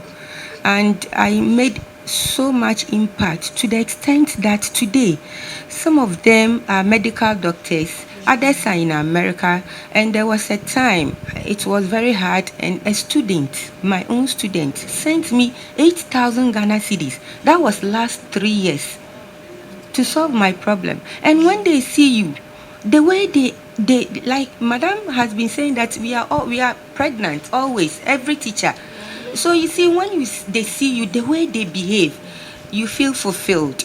And so it shouldn't be only Islamic institutions. It can be also a Christian, and then you impact on the children. Where I am now, it's a Christian school, mixed school, and then Wednesday the girls wear their prints on Wednesdays. And if you see the kind of dress that they sew to the girls, if you are teaching them, they are almost naked. And then you see, when I'm coming to class and they see me with my long robe, with my hijab, they start. I've not talked. I've not said anything. But the moment they see me, Christians, so not even the Muslim, they start pulling it down, just that it will look presentable. And so, please, our impact on the society is larger than even that of Islam. Assalamu alaikum. So, like she said, we need our people, both Muslim teachers, male and female, in those schools. I have an issue with Kasua. I don't know if any of you stays in Kasua. The students in Kasua, there are 3 schools, public schools in Kasua. They don't allow the students to choose, to select Islamic school. And they want to come to my school. So they said in their school, they won't sit for a student to choose Islamic school. So always they come like that. They've been placed somewhere, but they bring it. And I enroll them on protocol. You think if we had one of us there, someone would prevent them from choosing an Islamic school? GHS. And they prevent them. I have had several of them. I have them in my school. If you come, I'll call all of them for them to speak, for you to hear. They said they won't sit and feel anything for Islamic school. Yeah, so they are always placed somewhere and they come with. So now any result that come from any school in Kasua, I just add it to protocol and submit it to free SHS for them to place them. So please, let's be there. And whilst talking, let's look at our role as Muslim ladies in the lives of those who haven't gone to school and are in the streets. Because those we are training, when they vacate and go home, they are with them. They are with them. What are we doing? Somebody said, Madam, who had them, so what do you do? Market. You see them walk away, you don't go to school. You know, you see a small veil, you know it's a Muslim. Then you question them and say, come, we want to put you somewhere. So what Muslim is doing, I think is great, putting them in that trading thing. We should, if we can expand, if we can get support to expand it. Because those we are suffering to train, their friends are not getting any training. And it's a problem. Then with the boys, we don't have to neglect them. I have found myself in a girls' school, so I should do my best. But those of you in the mixed schools, give attention to the boys. See, we leave the boys such that there are numerous divorces around. Yeah. It's because of improper training of the boys. So we over-concentrate on the girls, then we leave the boys, and then we go into marriage. And you know how they handle us. So we cannot leave out the boys. Although this is Muslim women in teaching, but then we should expand our course to give attention to the boys. Some of them just need a little counseling, then they change. Thank you. Please, I want to add that our Muslim children, when they finish with the GHS and they are choosing schools, you advise them they should choose Islamic schools, and then some will refuse. I have most of my students choosing Christian schools, and then they find themselves in a whole lot of problems. There was an instance when one girl was in, I will not mention the school, the teacher refused them from praying, and it has been giving a whole lot of problems. So we should advise our Muslim people to allow their children to choose Islamic school. Thank you. They see our children not to be obeying rules in the school. They find they find all kinds of things to describe them. They are rude. They don't respect. They don't obey teachers, and they do anything that pleases them. So if we are able to talk to them, if we are able to advise them well, for them to obey the school rules and regulations, I think the the teachers who are Muslims there, or even if you are not a Muslim in that school and you are there, you can really have a way of managing a Muslim life in a school if you respect and if you comport yourself. Because I never went to Islamic school. I've been to a Christian school, to even College of Education, but I'm here because I was able to listen and obey to all the school rules and regulations. Other sectors of religious group were punished all the time. They were weeding all the time, but I never went into those things. So let us do well to talk to our children, to obey rules and regulations and respect. Thank you. I think my sister didn't miss words in encouraging our students to select Islamic schools. For example, if my daughter is going to select a school for which an Islamic school also runs those programs that my daughter is going to offer, I would encourage her to select an Islamic school over the other schools that Christian dominates, because it comes with its advantages and disadvantages. And we all know that when I find my daughter in an Islamic schools like that of Madam Suhum girls, my daughter will come out very shaped, and morally she will be on top than the other Christian senior high school that she finds herself. So what my sister is saying, that if a daughter of yours is selecting a school who does all the program that the daughter want to offer, you should allow and encourage your learners to do that. So I think it's in order. So let's encourage them in selecting our schools, and also let's pray that we build most Islamic schools, more of the Islamic schools, so that we will not find ourselves wanting whenever our learners get to a different denomination school. Thank you. Please, what she just said about the selection of schools for some parents giving the awards to Islamic schools and others, I think it is right for you to choose a school for your student, your ward in an Islamic school, so that they will get the better, maybe Islamic aspect of life. But one thing I've also noticed about these Islamic schools we are talking about is there's more influence there. There is more influence in the aspect, both negative and positive. In the aspect, the positive aspect to my school is prayers. Because when it's time for prayers, you have to leave the class. I teach in Potin Tiamadia school. And so that time, they have to go and pray. Some of them will go extra mile, wearing veils, the inner. They'll just put on the inner and then take off. Now, because of how I carry myself, anytime they see me, then they will start wearing their veils back. So I only tell them, if you are not ready to wear the veil, just take everything off. And let's know you are no more a Muslim. But if you know you are a Muslim, then go back and wear that thing. Actually, whenever they see me, even standing with boys, they start running away. And then the second aspect, the negative aspect, is that because of the veils students have been wearing, majority of them normally go with a piercing a lot. Yes,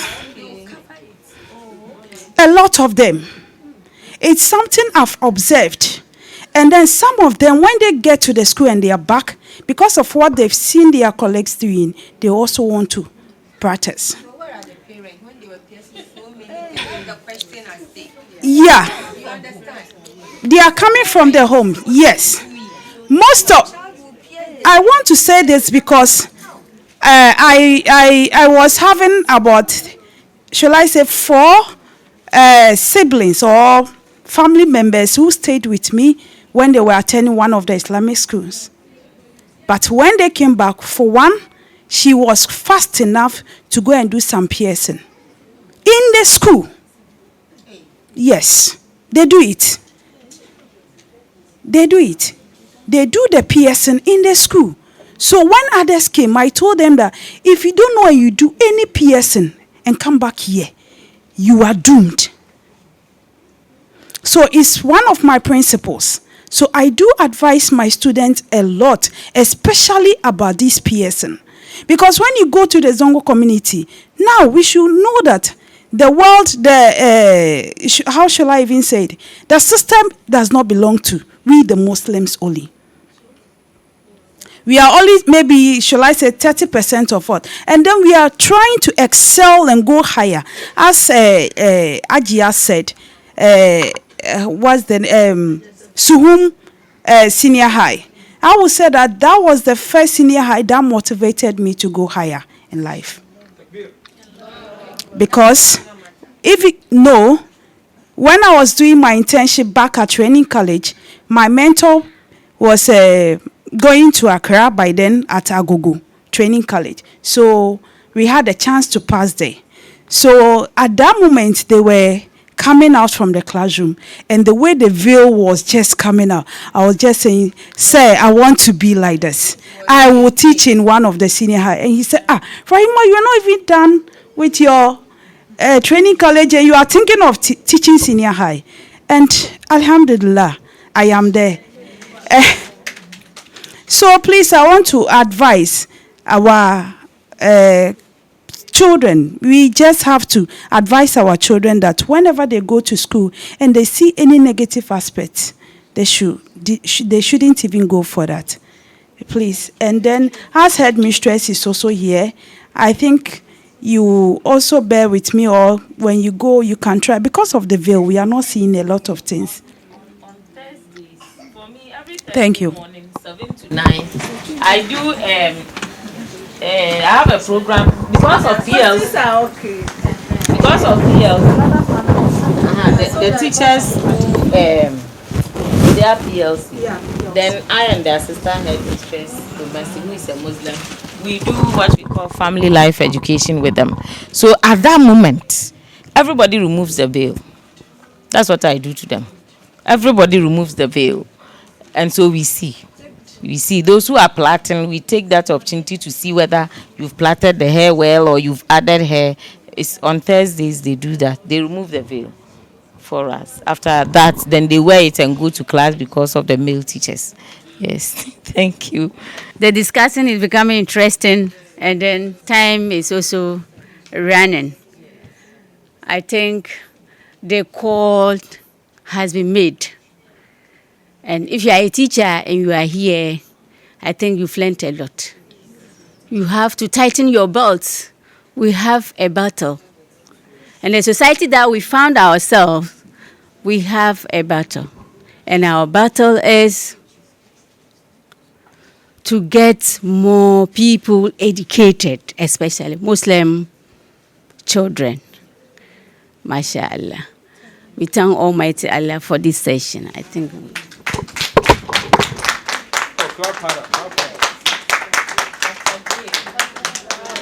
Okay, thank you so much. That was a very insightful panel discussion and very educative one as well.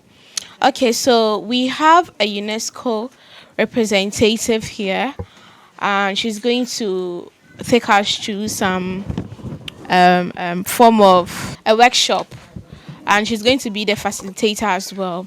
She's in the person of Yasewa Asin, National Program Officer, Education for Health and Well-being, that is UNESCO. A round of applause for her as we welcome her.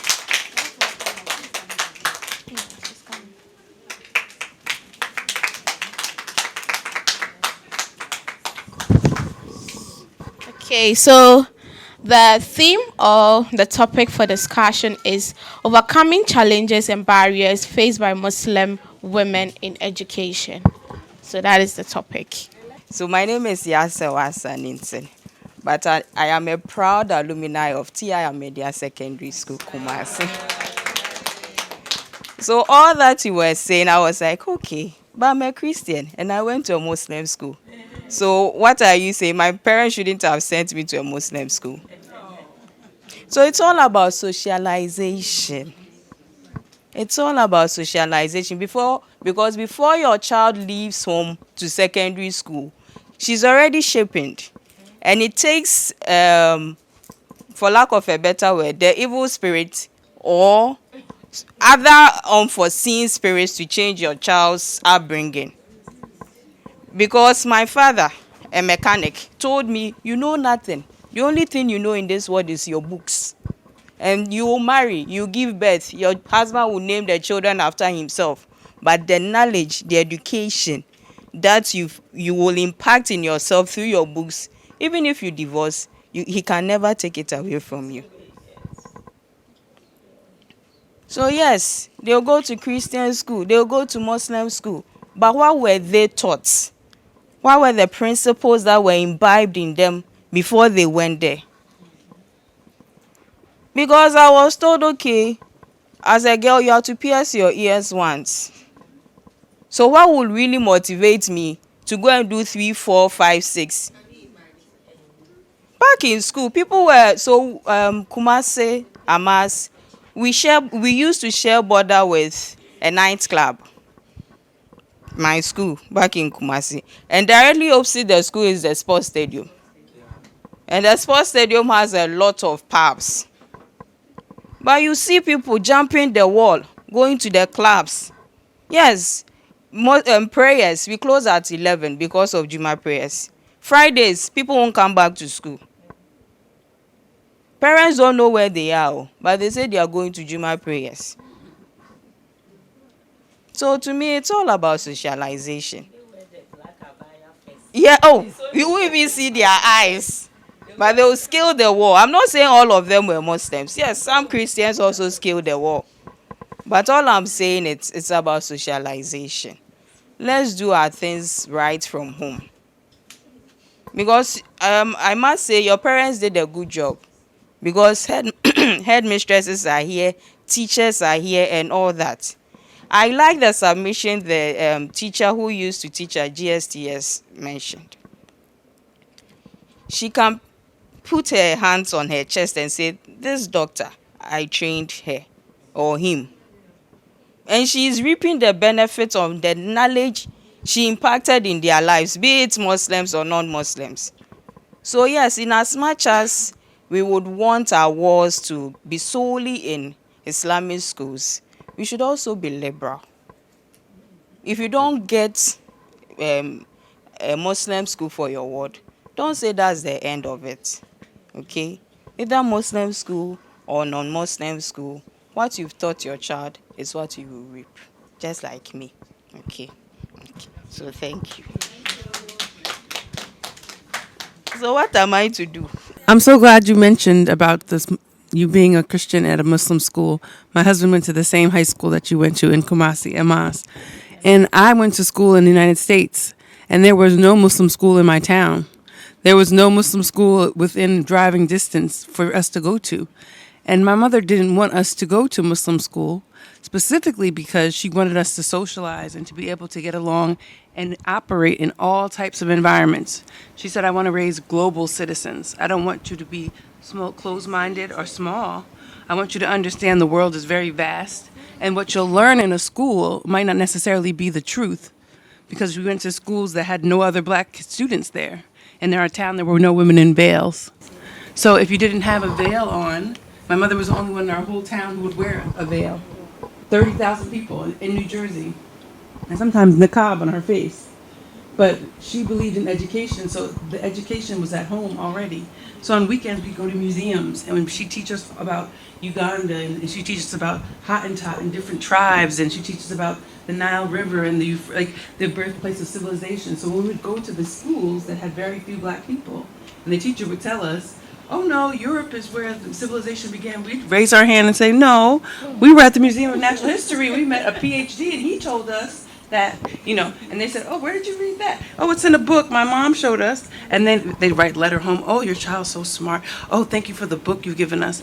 But the idea that an educator can be educated, even by a child, is really important to instill in children. And I think when you raise your child to be open-minded and your lap is the first school that they'll have as a mother or an auntie or as a grandmother. When you raise a child with that mindset, they can go anywhere. I feel like I can live anywhere drop me off anywhere in the world. I will be fine. I will look just the way I am. I show up the same, and I will be able to navigate because of that open-mindedness that my education and my life experience brought. So thank you. Okay, so we have a very good scene setter, right? Okay. What did you say I would do again? A workshop. Okay. So I would want mine to be more of a discussion, okay?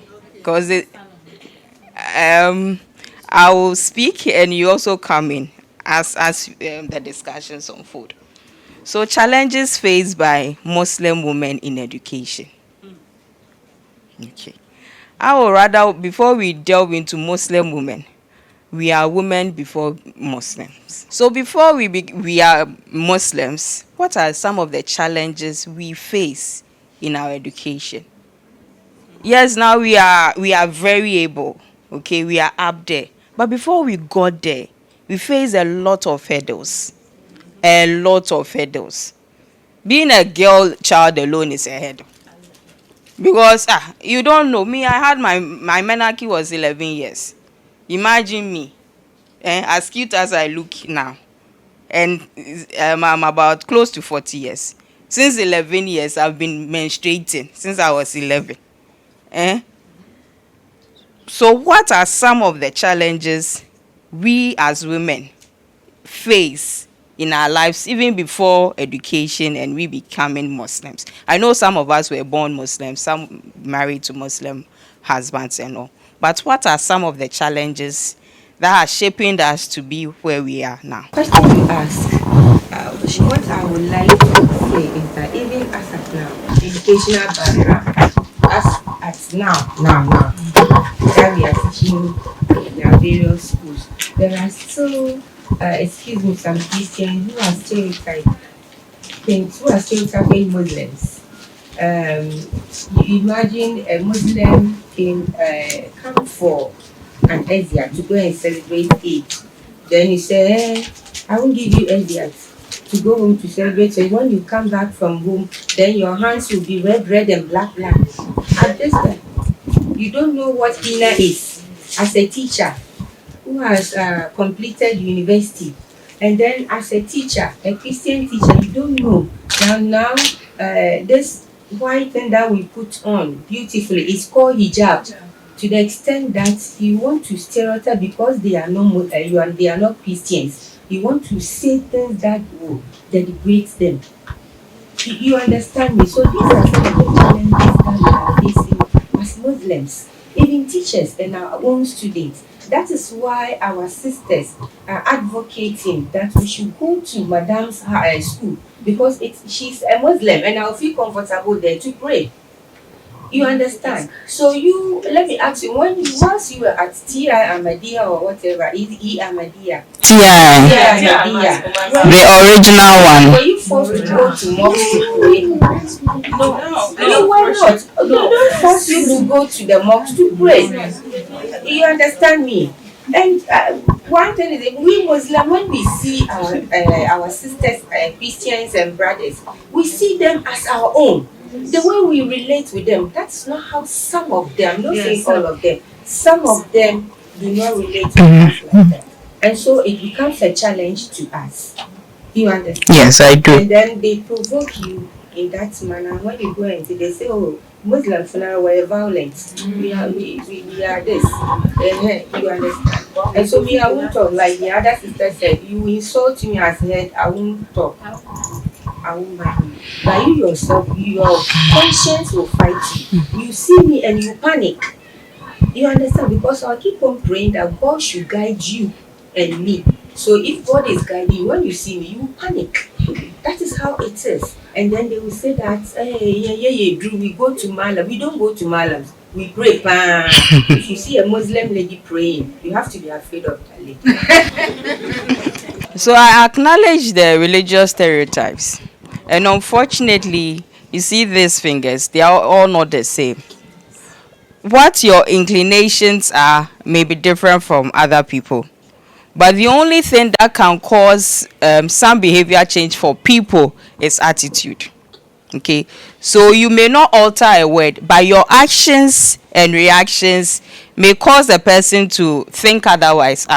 So I insulted this person for no reason. However, look, just look in quotes, this so-called Christian girl. Look at what she's doing. But this Muslim girl I'm tagging doesn't even behave like this one. Okay, so sometimes our attitude can cause changes in people, regardless of your religion. But in this case, as a Muslim, yes, they will tag you. What do you have on your fingers? I remember back in Amas, I went to school with Eman Scientific's children. So back then he had, yes, Dr. Amin Bonsu. Back then he had started in Kumasi. He had no branch in Accra. So we were there, and this man, Alaji Sorogo, the previously Adenta MP, Madina, yes, his daughter. So we were always happy for Eid and Co because we'll get meat. And you know we need meat in Ashito. So we were always happy. And to say that, unlike other schools, Tia Media, you get fresh bread every day. You are fed. You are really fed. So regardless of Muslims are this, Muslims are that, what I saw, how they related with me, has really shaped my ideologies and thoughts about them. Stereotypes are there. Whilst preparing to be here, I read a research written by some Pakistanis, and they are saying that even Pakistan, which is an Islamic country, their girls are now being westernized. They don't know why they should wear hijab, because the so-called movies they watch, you have to leave your hair on. That's the cheek thing, and that is their worry. It is not them, the Pakistanis, changing the behaviors of their girls. Rather, westernization, social media is giving them other thoughts as to why I should look this way, whilst everybody is looking that way. So back to my panel. They say I shouldn't talk alone. So okay, thank you very much. I think one of the challenges too is limited number of female Muslim teachers to serve as role models for our girls in school. When we come to my own place, excuse me to say I'm from a little bit remote area. It is very difficult to get. You can see I'm the only person here. It doesn't mean there are no Muslim teachers, but they don't take things like this serious. We always see everything as money. When there's nothing coming out from something, we don't see it to be a nice thing. But frankly speaking, it's because of most weight. I never knew not all here. At least it's an achievement for me. It's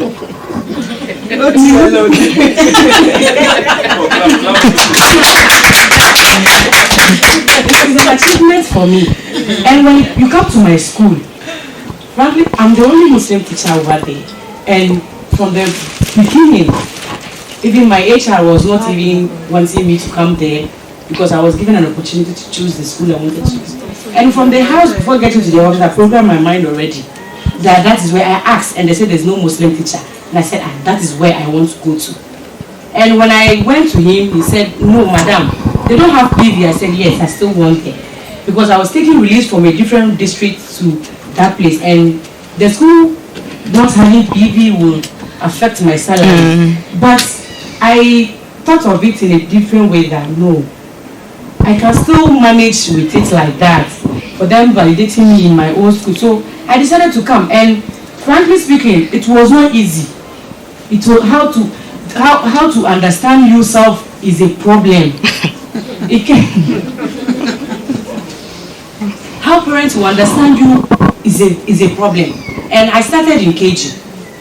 when they bring children, my school like this, we don't have population. So when they bring children for enrollment, my colleagues, they refuse to take them, that they are too young. Because I want to increase the enrollment drive, I have to take them. I always watch sheets like that, but I still didn't give up. And at least nowadays, frankly speaking, the enrollment too has increased, and I'm very proud of that. So at least I encourage all of us. Sometimes you don't want to be teachers. It's a very nice thing to be a teacher. It's a very nice thing and a very good feeling to be a teacher. And the best of all, being a female Muslim teacher. It's also, you feel proud among your people. So at least we have to encourage our younger generations also venture into teaching, not going out teaching. They should be there. Thank you very much. Thank you. Okay, I want to talk about economic barriers. Okay, so I'm not Adam Idris. I'm supposed to be the moderator, but my dad is doing my work for me. With me here are three great please. They don't know their regions and other things. So when you mention, so I'm not Adam Idris, Greater Accra Regional President, Mufti. Assalamu alaikum. I'm Abdurrahman Latifa from Eastern Region. Assalamu alaikum. I am Adeyemi Rashida from Oti region. Adeyemi. Oh, okay. Baba Kwani Fatima is my name from Western region. Thank you. So, like, I want to look at economic barriers with in the area of financial constraints, mostly because of poverty. Sometimes girls are left out, or let me say this appropriately, left out when it comes to accessing education. In most of the countries and sometimes in Ghana, mostly in our Zongo communities. I have a student who just completed the BEC. This girl is one of the best students when she was even in Form 3, Form 2, let me say Basic 8. Anytime there was a quiz competition, she represented their school. But we got to know that the mother, she belongs to a single parent. She has lost the father and there are 3 girls. And this mother too is a trader. Even though she's doing all her best to take care of these ladies, you know, our girls sometimes with money. Along the line, this girl became pregnant. A very brilliant student who always represented their school for any quiz that the unit conducted. So when you see her in school, teachers, her own mates were, Mama, so I think some of the teachers heard about it and made her follow up. And then they even informed me too. The headmistress called me, I think I was on leave, and told me the situation. So because of that, I have to truncate my leave and then come and resolve this issue. So I came and I made a follow-up to the girls' home. The mother narrated everything that happened. I think it was one of the area boys. Because there's no money, she thinks that the mother is not able to give her enough. You know, these are teenagers. So I think he was giving her something. You know, they like Indomie too much. Indomie. So I think he was buying Indomie for her, and he also took advantage of her. So it resulted into pregnancy. But Alhamdulillah, as I speak now, we brought her back, you know, and thanks to the re-entry policy. In GS, we have something called re-entry. We are all teachers here, so we know. So based on that policy, she was brought back. She came and then she wrote the BEC. And the day they were having their graduation, I was so happy when I saw her. She even came with a baby. And I always continue to counsel her. It shouldn't be the end. Even though when she came back, she declined in performance. But I keep encouraging her So our prayer is that she will excel and get a secondary school to attend, because she personally told me she wants to be a medical doctor. So these are some of the issues. Poverty is one of the reasons or challenges or barriers. Please, my submission will be based on the first panel. They were talking about education, blah, blah, blah, blah. And you realize that our Prophet Muhammad sallallahu alaihi wasallam taught us that education is very important. For him himself, he's not lettered. He's not lettered like Ikra. He said he should read, and he's not lettered. Okay, so reading, it tells you that God was what? Teaching him how to be educated. And then when you come to so many hadiths, miskin and so on and so forth, all those beautiful hadiths about education. I think basically our challenges. One is the socio-cultural or religious and cultural differences. We tend to confuse, or we tend not to know the difference between culture and religion. Islamic religion teaches us to be educated or to learn. Meanwhile, our culture is denigrating us at the background. You understand? You go to a typical Zongo community, and then you realize that the girl child is not made to go to school. It's a challenge, but the boys will be made to go to school. And meanwhile, all of it happened to me. Everybody started school, and when they are going, I'll be crying. So I think that is God wants me to get somewhere. That's why He moved my father out of the system so that I can go, because He has the intention that I have to get married early because I am a girl. So the boys were going to school, I'll be crying, and so on and so forth. So it boils down to the fact that we use culture. We think that the woman's position is in the kitchen. The woman will get married, and so education is not necessary. The money should be channeled onto the boy's education. That will be benefit, because the boy will grow up to take care of the home and the rest. So I think that also is a challenge. That is why even Dr. Kwame Nkrumah of blessed memory made education free in the northern region. I think to close the gap between that culture and religion. And most of us, the northern part of Ghana, we are Muslims. Most of us, we are Muslims. And so that's why free schooling there, so that it will bridge the gap between the culture that we have. And when you go to some villages in the north, they still have it. That is why a lot of our sisters travel down south here for kaya businesses. They are forced into marriage. Meanwhile, these beautiful girls, they could have been in school. So it's a big challenge. We have a lot to do. It is a challenge. Let me share the story Shamima Muslim once shared with us when she came to our office. Please pass the microphone. I hope we all know Shamima Muslim. Yes. Yes, of CTT. So when she came to the office, we were having a series of programs on gender equality and everything. And she had this to share.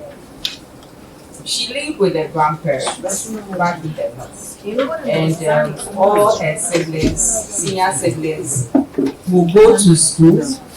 But she's always eager to read the dailies. So the daily graphic, when the grandfather has it up, she's always eager to read it with lantern, bobo, as we all know. So it got to a time, one of his uncles came around home and asked her, "Why are you always reading? And even in the dark, you are reading." Then the uncle then spoke with the grandpa, but the grandmother intervened, and that sent her to where she is now. The grandparents' ideology was, as always, she's a girl, and all her brothers were schooling, but she was always at home until the intervention of someone, seeing her reading, because the person saw that she was passionate about what she was doing, even without electricity back then. She will use that yellowish lamp, strain her eyes to read. And aren't we all happy of what she is today? Very proud. She's bearing the flag of Muslim women high in the country. And so, as we are educated, we have girl children, we have boy children, we know the importance of education. Should we also encourage this path? It should start and stop with us, okay? Because we are here for a reason. Yes, we are not saying that the boys shouldn't be educated. They should be. If you look at the educational gap, from KG, crèche, to primary, the girls are always more than the boys in the classroom. But get to JHS, SHS, and universities, and to parliament, you see 48 against 200 and what? And now it's even 20. This coming elections, it is about 20 of the women aspiring to be MPs, not MPs. It's even high. So the 48 has rather reduced to 20 aspiring. We can do better, but they had already done their primaries before the passage of the affirmative action bill. So it starts with us. We have, unfortunately, I don't have girls, I have boys. But I know they will give birth to girls. So please, girls' education is also very, very important.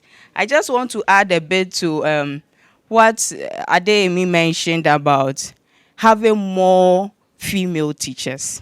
So we know currently we have this mantra about STEM education, STEM education, STEM education. So back at UNESCO, what we are doing is going to the communities to create awareness on STEM education to girls. Because we believe that STEM is not only robotics, biology, engineering, and all that. We believe that even you cooking at home as a caterer, you need to measure the quantity of your flour, of your sugar, of your salt. Okay? So we are building that awareness, creating that awareness and enabling environment for the girls, especially in the deprived communities. Hence, tying into the importance of teacher education. If you continue to have all the females as nurses and no teachers and lecturers, would they be enabled or encouraged? Oh, look at Madam. Madam is lecturing. She's a woman. She's in her hijab. She's a motivator. But if you always tell her, oh, Ghana, if you want to make money, be a doctor. Don't be a teacher. So I'm not saying they shouldn't be doctors, but what they are passionate about, we should encourage them and to be diversified as much as they can. When I started, someone asked whether I was one sex. No, I'm a very shy person, but depending on the environment, I just zoom into my TA mode. But so you will see that your child has some inbuilt talent, which you have to harness so that you get the best of the child. Because if you don't get the best, your child will be a soldier. But no, strong soldier. Will she be at the war front?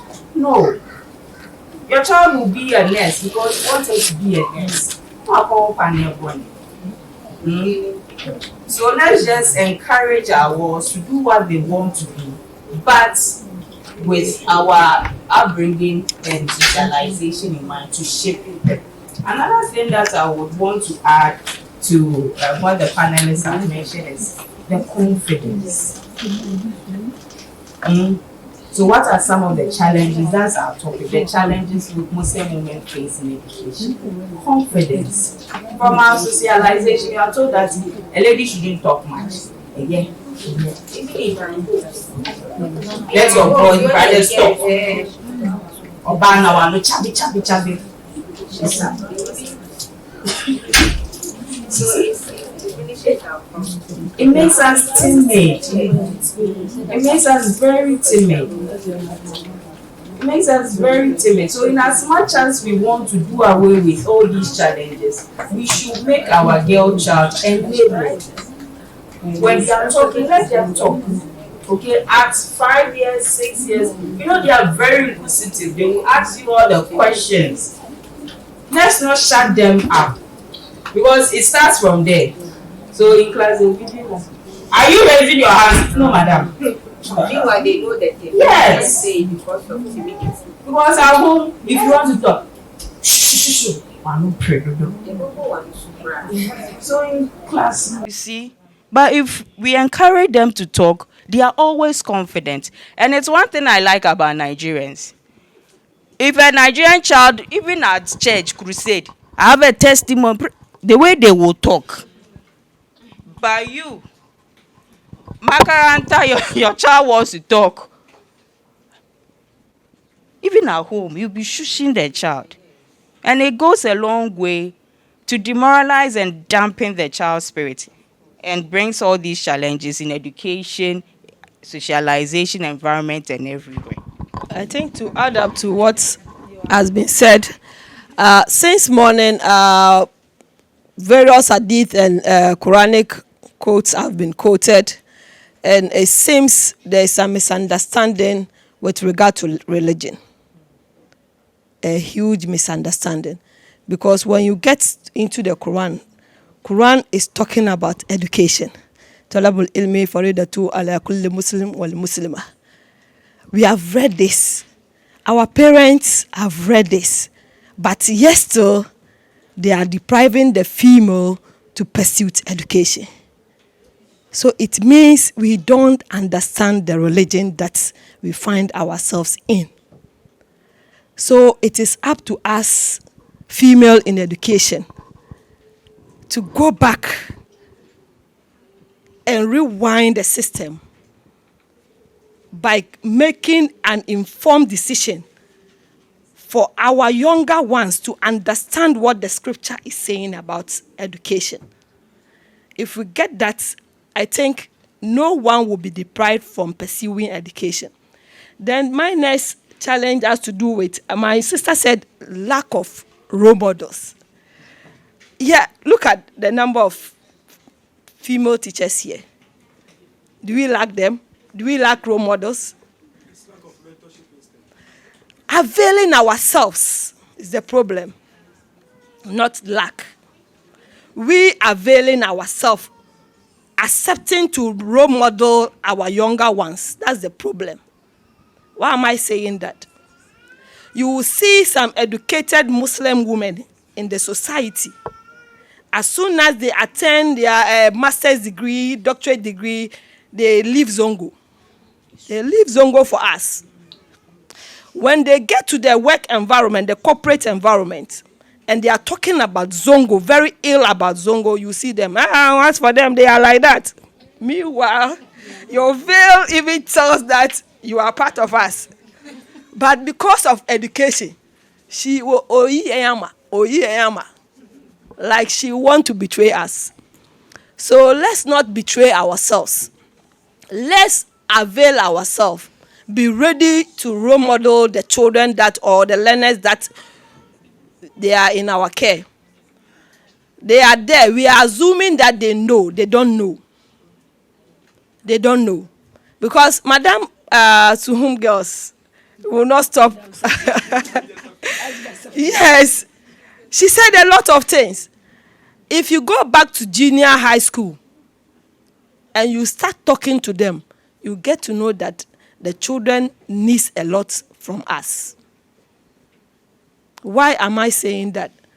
You touch on a topic, for example, even the Janaba bath after menstruation, that either they are lost. They don't know even the niyyah to say, to do those baths.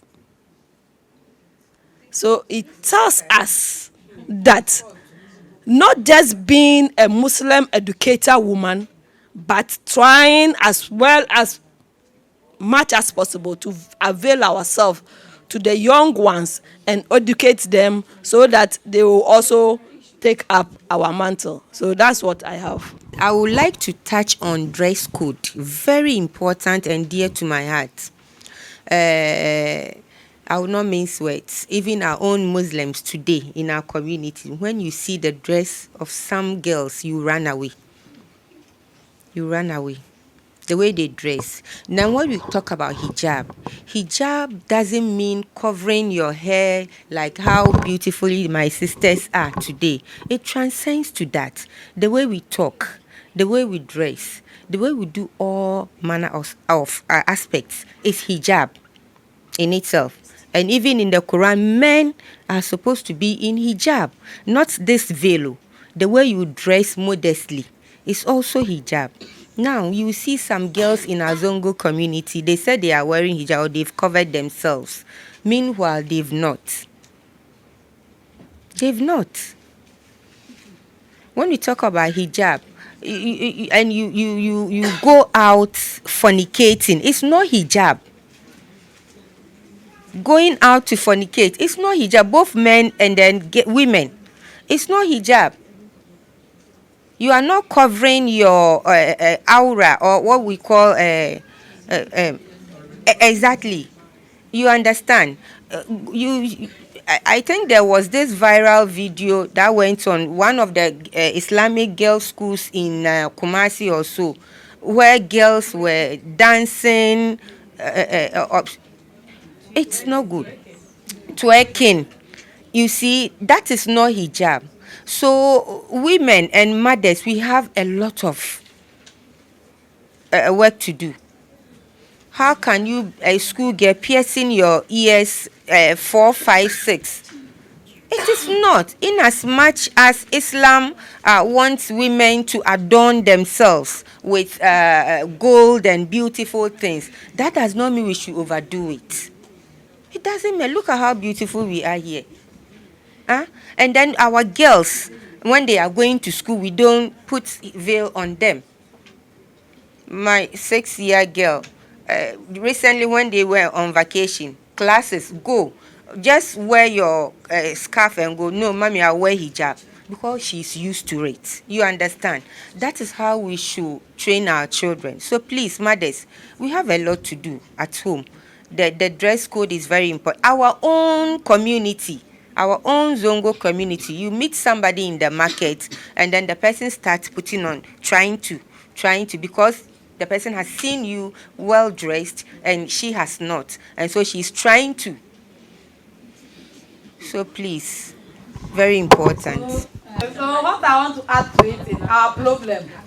I don't know, but I mean from my side, and from what Madam Liat said, one of our problem, if you don't take time, and I didn't want a man to be here before I say it. Most of us is from our husband challenges, our marriages to our parts. Yes.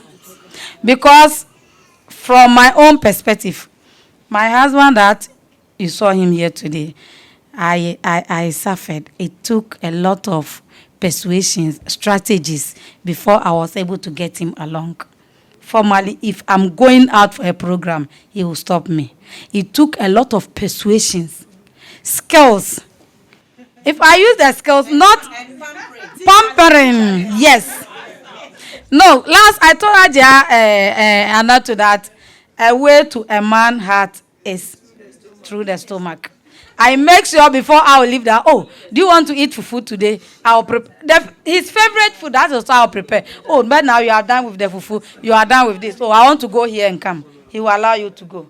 So sometimes, most of this conference, most of the women wanted to come, but they said, my husband don't want me to travel. My husband don't want me to go out. So most of them didn't come.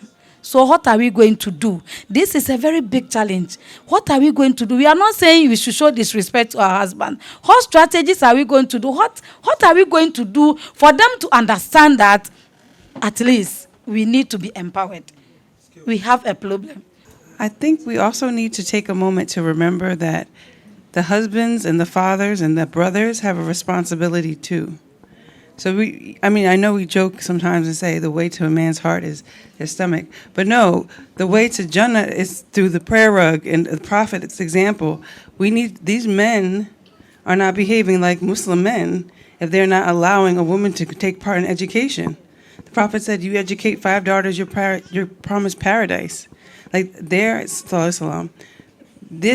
men in the families, the fathers in the families, the way we're raising sons, because I don't have any sisters. I have all brothers. I'm the shortest in the family at 6'1". There's just a whole bunch of men on both sides of the family. And it's their responsibility, and they'll be answerable to God and how they treat anyone in their care, their wife and child. So us pampering them, yes, absolutely. But they have a responsibility to be pampering us. They have a responsibility to fear God. And if they don't have that fear of Allah, that they're going to stand before him and be held accountable how they treat women and how they treat girls, then that's the problem. Their morality is affecting the whole family. And they set a tone in the home. So I think we should also take into account the training, the moral training of these men and boys who will one day be fathers, and they are older brothers, and they will one day be someone's husband. And a woman will have to suffer living with him because we chose to focus only on the girls when they're the ones causing oppression. Crimes against humanity, that's what they called it at the Juma service in Osu a few weeks ago. Like the way women are treated and not being respected and honored, and having them working out in the field, carrying sticks on their head, come home, cook dinner, take care of the kids, feed you, feed everybody. You sit in a lazy boy chair. The Imam called it crimes against humanity, because that's a crime to treat your wife in such a way, and that's the building block of your society. So yeah, I don't no. I'll feed him. Yes, I'll feed him, but he needs to feed himself spiritually. Thank you very much. It's true. You see, like my sister is saying, the problem is coming from our men. Is serious. We don't talk to our boys. We don't include them in the programs. So they don't know how to handle woman pampering, as she's saying. You will cook, serve the man when you are not there, and you go somewhere and you come, instead of he too saying, oh, my wife is tired, let me also serve my wife. Hey, no. They won't do it. And if you find a few ones doing it, do you know what happens? They go out and meet friends. Their friends is the friends who will spoil your husband for you. Some few ones are good. They try to do it. I will say my husband, he will do everything. He used to do everything. Sometimes I wake up, he has prepared my breakfast there. Yes, and I take it. He was doing very well, pampering me, doing. Oh, he even gingered me to go to school, educate myself. Then it got to a point, he has met friends. You see the point? So the friends are now brainwashing him. So I can now see changes. But I still do, like you said, I still do my role. Do you get it? If, for instance, I'm here, I've cooked like 1 week food. It's in any food he wants. I know his taste. I'll do it nicely. So let us copy that way. Do your best. Do your best. Correct yourself. Do you get me? So now he's afraid. When he's trying to do, then I look at him, then he will stop. So he's not able to do what they are brainwashing him to do. So kindly let us learn quickly, be fast. Use all the tricks. Use all the tricks, all the tactics. Me, I don't talk too much. I used not to talk. I used not to talk. But I do my role as a woman, as a mother, as a wife. I do everything. I don't leave even one out of it. So you have to be hardworking. So let us do our best, and without they will come down a little for us to move. So salamu alaikum. Please, as she said about the problem of especially our Zongo men, it is very true in terms of education. A man will meet you, you discuss about the man with the man that for me I want to be higher, or I want to go higher. The man will understand you perfectly after the marriage. And the moment you start putting a step of going higher, then he has his own subordinates. And the family members will start injecting More information. Don't let her go. When she goes, she will stop the marriage, whatever, what. Yes. To extend that, some of them will even go extra mile and say that, can't you see your wife is so beautiful? Even when she's in your house, someone wants to take it. How much more allowing your wife to go higher? Do not. So I see it to be that our men are insecure. There is insecurity there. There's insecurity because even if a woman wants to do any stupid thing, the woman can be in your room and still do it. You can even be the one to carry the woman to the man, and she will do it and come back. There's nothing you will do.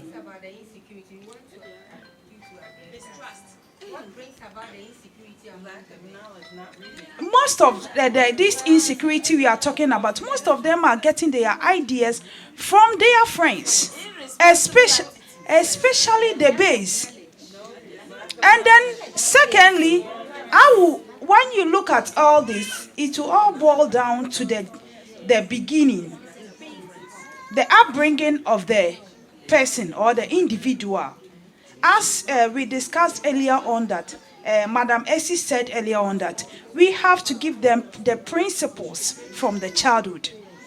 So if the man gets to know the importance of education and how to respect women, I think the man will not give you that denial of going out. Because we don't give them the principles. So some of them lack it. They don't even know. So they see then some of us too, we the women, we are the cause. With the way we talk to our husbands, we talk to them anyhow. And the child is also there. So the child also imitates. So when the child imitates, your husband will also talk to you anyhow. So automatically you are teaching the child that there's no respect between two of you. So the child shouldn't respect you, the woman. So the child will grow up, get married, and at the end of it will not respect a woman. Talk to the woman anyhow and then do anything with the guard that I'm the man. So whatever I say should be final. So we have to look down and also do our homeworks well. Thank you very much. I think the religion is also making them feeling that they can do anything to a woman because they can get another woman. It's not. No, it's understanding. No, it's understanding. But because they don't understand you growing to the highest level, they will think that you go and come back, you work on me. Let me get somebody else below you. Yes, it's a factor. I'm Fatih Abdullah from Bunu. I would say the problem we are facing as women nowadays is we the women, we are the enemies of our own self. We are the why am I saying that?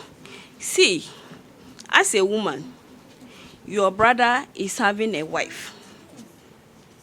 Let's just go to that side. He's doing everything for the wife.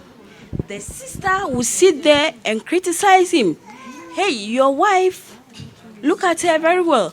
Maybe she'll send you to somebody, a malam or whatever. Because whatever she says, you do it. You are paying her school fees. Even when I come to the house in the morning, she'll be sleeping and you'll be taking care of the kids. What's that? Who does that? That's why they will say. So the problem we are facing as women is we are creating our own problem. We are creating our own problem. And then the economic, this thing that my sister said, we will leave the school fees and then we want to wear big things. We want to dress nicely. I want to wear a dam. I want to wear a Holland. I want to wear super and whatsoever. What is that? But when we go to the Christian home, these women, fine, they will buy it. But when the time comes, they will sell all these things and pay school fees. But we don't care. Our children will go to school very wretched. and the womb, and you as the mother will appear very decent, dressed nicely. Who does that? Who does that? My name is Haji Hamida. Yes. If we are going to discuss this topic, we will not close. We will sleep here. So in fact, this is something we have come to meet. It's a societal problem. And it's lack of knowledge. You are educated. I'm educated. I'm married. My husband is educated. And marriage is not for your husband. It's for Allah. So if you are in a marriage home and you realize that your relationship with your husband is not for your husband, but for Allah, you succeed in that angle. What we are here doing is not bad at all. So your husband talk to you, don't participate in this. Yes, you give him that respect. But let him understand. If it means bringing people to let him understand that it's a societal problem. And we need to deal with it. As educated women, we need. In fact, if you can't even read, get a verse in the Quran and support yourself. What you are doing is not right. When you talk of, my sister was talking about Muslim women being our own enemies. Yes, we do certain things. But you are in that home, doesn't mean that the man has bought you. You are not a slave. It's a societal problem, and that is why we are here. That is why we have educated. And some of our parents have suffered that fate. And for that matter, they've sent you to school for you to demystify the kind of lifestyle that... When I was married, my father told me, hey, you're schooling. Will the man allow you to continue your schooling? Knowing very well that he has done that to somebody. So he was asking me, yes, with the man, and I said, yes, I'll do it. But when I came 1 or 2, I said, no, you won't go. I said, oh, boy. Now I'm doing my PhD. You can't stop me. Yes, you can't stop me. I go buy my forms. I showed it to you. The respect, I'll give it to you. This is it. I'm pursuing. If you want, you help me pay my school fees. That is why we want every woman to be what? Economical empowered. If I show you and you said, yes, I'll help you to pay, fine. If you don't help me, I'll go ahead. Atakbir. So let's take the mantle and move ahead. So I think we've all had such an enlightening session, right? And our topic was what? Challenges Muslim women face in education. From our submissions, we've seen a lot. That some of the challenges are societal ascribed. Some are stereotypical, just gender, okay? Some are also negative views on women. The assumption that if you educate a woman, she will grow horns and will override you in the home, okay? Instead of them understanding that it is a win-win situation. If your wife is empowered, you are living the best life you can live, because what you don't have, she always has. And women are rich. Women are very rich for reasons best known to Allah. Yes. For reasons best known to Allah, we always have. Okay. Then another is also lack of confidence in ourselves. That was also one of the reasons we arrived at in our discussions, that we sometimes face these challenges because we seldomly have confidence in ourselves. Oh, I can't really do it. This is not meant for me. Hence, we should imbibe that confidence in the little ones that we've been privileged to have. Okay. Yes, assertive skills training. Then the other was supportive family. When Hajia was making her final submissions in pursuing her PhD, she's empowered financially. Okay, so she's covered.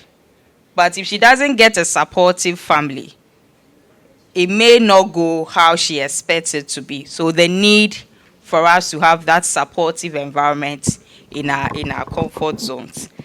Then prioritization. The challenges will arise, but how do we prioritize to withstand the storms that will arise in our education, in our families and all? Yes, someone mentioned that a way to a man's heart is to the tummy, but there are different ways. Being respectful, being opinionated, not that one a chabe, but you have educated argument backing with the word of God or the Quran. So he knows that you are not just talking in vacuum. You know what you are driving at. You have the evidence. You have the scriptures to quote and buttress your argument. So he'll be taken aback. Oh, okay. Yes, what I'm saying is not really the right thing. Look at the submission she's giving me. She's basing her argument on solid points. And I don't think they are daft. They will definitely see reasoning. Then the last thing that I would want to add to help us curb these challenges is the upbringing of our wards. You have a girl child, you have a boy child. How do you treat both? You have visitors. Whilst the boy is sitting there, he's the prince. He doesn't do much. So from upbringing on himself, my wife is a servant to me. Because that is what mom painted to him. If you share the roles, okay, she will cook, you will wash, or you will wash, she will rinse. You will sweep this parlor, she will sweep the bedrooms. Okay, you will lay the beds, she will sweep. Everybody is hands-on. Yes. But if you say, okay, you will cook, you will wash, you scrub, you sweep. They be also to on an enough vocal game or TV. Okay. Thank you very much. And this is the end. Hey, no, please let my panelists draw the curtains for our time. Thank you very much. I think it has been a wonderful session. So we have come out with so many challenges that Muslim women in education face. And along the line, some solutions have been professed. So let me say that we have all done very well by contributing into this discussion. Thank you very much. Wassalamu alaikum wa rahmatullahi wa barakatuh. Okay, thank you so much. That was another insightful panel discussion. So we have our last panel discussion, and so let's welcome them to the table. We have Hajia Ramatu to be the moderator. The panelists are Hajia Safia Idris and Rahimatu Yakubu. And we have Hajia Hawa Brahma. Okay, so for the moderator, she's the unit head for National Assessment and Resource Center. And the topic for discussion is empowerment and professional development of Muslim women in education.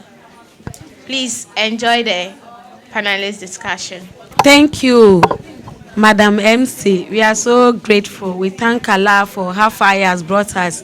Like the MC said, our topic is about empowerment and professional development of Muslim women in education.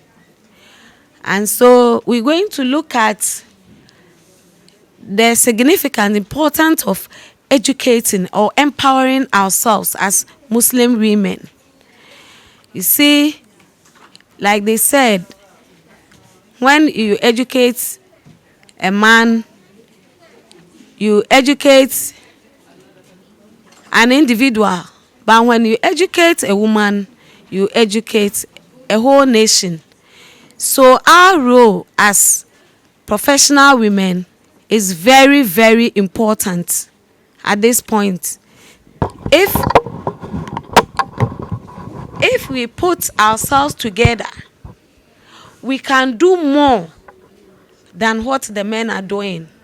So we're going to look at the importance in our mission. Our mission statement says that we should be able to empower ourselves to be able to what? Empower our younger ones. So if we ourselves are not going to empower ourselves, can we also empower the young ones? No. It means they won't learn anything. So let us learn for ourselves. And in learning for ourselves, I think for economic reasons, we would put in some kind of we will participate fully. Let me put it that way. We will participate fully in the workforce or labor force of our nation. We would contribute very well and bring this contribution will bring productivity. And aside that, innovations will come in. At the same time, economic diversity will come in. Again, social equity. We are looking at women also getting equal opportunities. So if we don't educate ourselves, how are we going to enjoy the employment and then promote social justice? We are looking at reducing gender disparities. Everywhere they are cheating the women. So we also want to at least come in a little to close the gap by not being discriminated against. We cannot always be at the bottom. We have to also try our best to come up a little in terms of disparities, and so we'll have some equality a little. And then we look at role models. We, the Muslim women, for now, we should clap for ourselves because we have come far as compared to those days when we don't go to school or most of us didn't understand education. For now, we understand education. And so we are, getting some role models. When you go to our universities, we have lectures. Now, in all the professions, we have Muslim women who are pilots. They are there. So what can we do? We can do when we try to empower ourselves. Then we look at participation and then cultural diversity. We have to look at experiences at workplaces, how we can enrich our organizations to bring unity, foster inclusivity. We are all preaching inclusiveness. How do we do that? We do that by empowering ourselves, by looking at education that will bring us together with other people, like our Christian people. They've gone far. And so when we try to also educate ourselves, we also get to that level. Okay, now we look at personal fulfillment. When you try to educate yourself, and today, Madam from Wa is here. She has gotten to know Nat Hall. Is it not something good for herself? Fulfillment, personal fulfillment, she has really, yes, self-actualization. She has really seen that at least for now, she would also get to some level that she can talk for herself, do things for herself. Do you get me? It's not every day that she has to learn from people. What she has come to learn here, those there, they haven't learned it. She can go and then educate the people there. She has empowered herself. So far, this is what I can say. I will leave the rest for my panel members So the first question here, we're going to look at least the current trend and the statistics of Muslim women in education. I think Hajia Safia. Okay. All right. Rabbi Shrali Sadri wa Sirri Amli Warid Kadata Minisani Kawili. Assalamu alaikum warahmatullahi wabarakatuh. Yeah. So this is Hannah for all of us here as teachers today to delve into issues concerning us. So we are looking at the global trend of educated Muslim women. I don't have enough statistics here, but from the little I read, it is said that more than 4 to 10 women that you meet, or Muslim women worldwide, have no formal education. So that is about 43% of Muslim women globally have no formal education. If we want to come down here, even from our homes, I remember when I was quite younger, we were about 6 or 7 girls living with our godfather. Almost all of the 6 or 7 girls, with the exception of myself, dropped out of school after P6. I was the only one who went further by going to the GHS.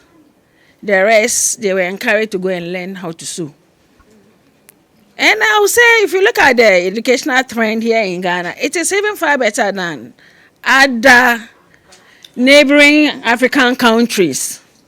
But still, the gap is very wide. Muslim women, our parents feel like, things that have already been said, that you don't really need to go to school, because at the end of the day, you have to get married. Why is there the need to waste money on us? So I think that is one of the reasons why the number is that huge.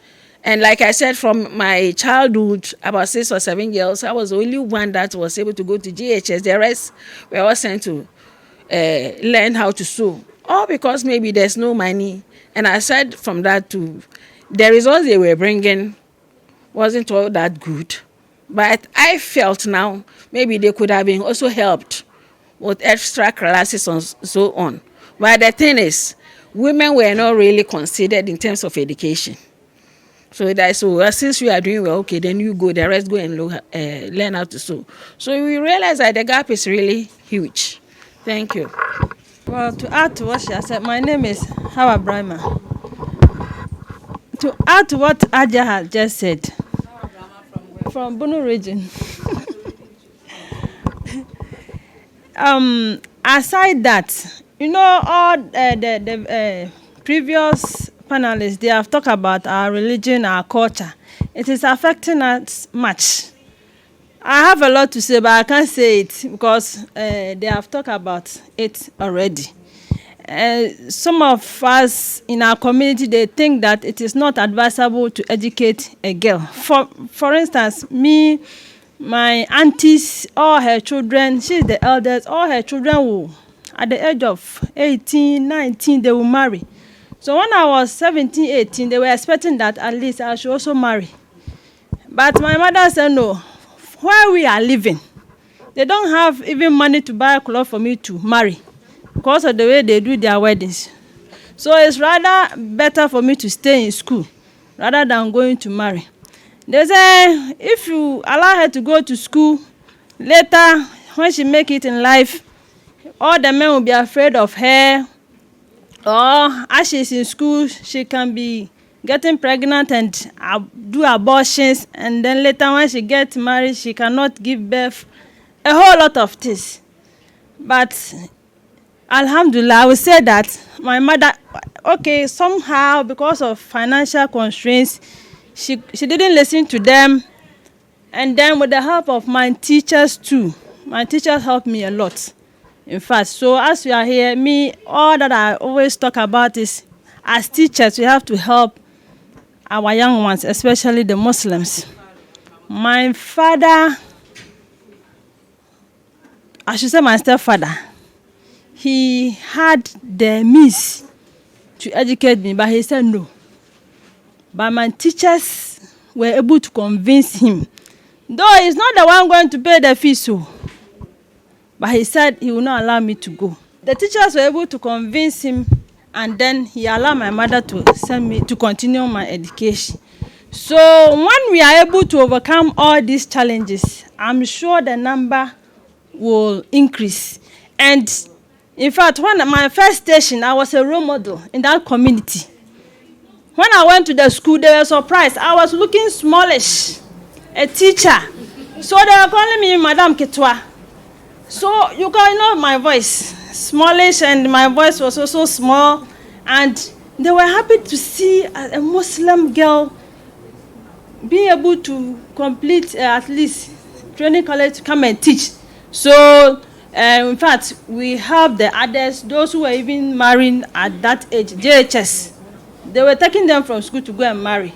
So I became a role model for them, and in fact, some of them were able to go higher. So I think if you're able to break that culture barrier, it will help us to also increase. I think we, the teachers here, they are asking how they have identified the problem. Now, how are we going to empower ourselves? That is the topic on the table now. We know most of us have a story to say about our schooling, but now, alhamdulillah, we have been able to pass through training college, maybe degree, maybe masters.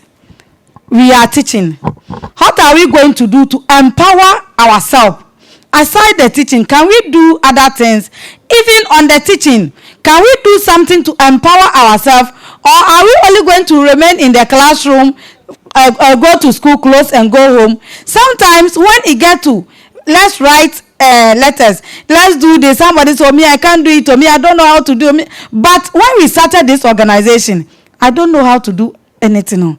I have to go to Google. How do we write an action plan? How do we do it? I'll download, is it GPTP or whatever it's a chat? I will do it.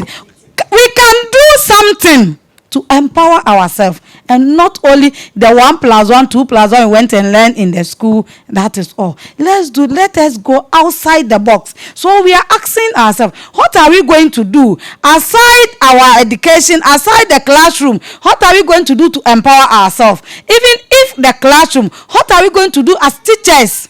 So that we can also become vocal. Not vocal to insult your husband, no, but vocal that you can also fit in the society.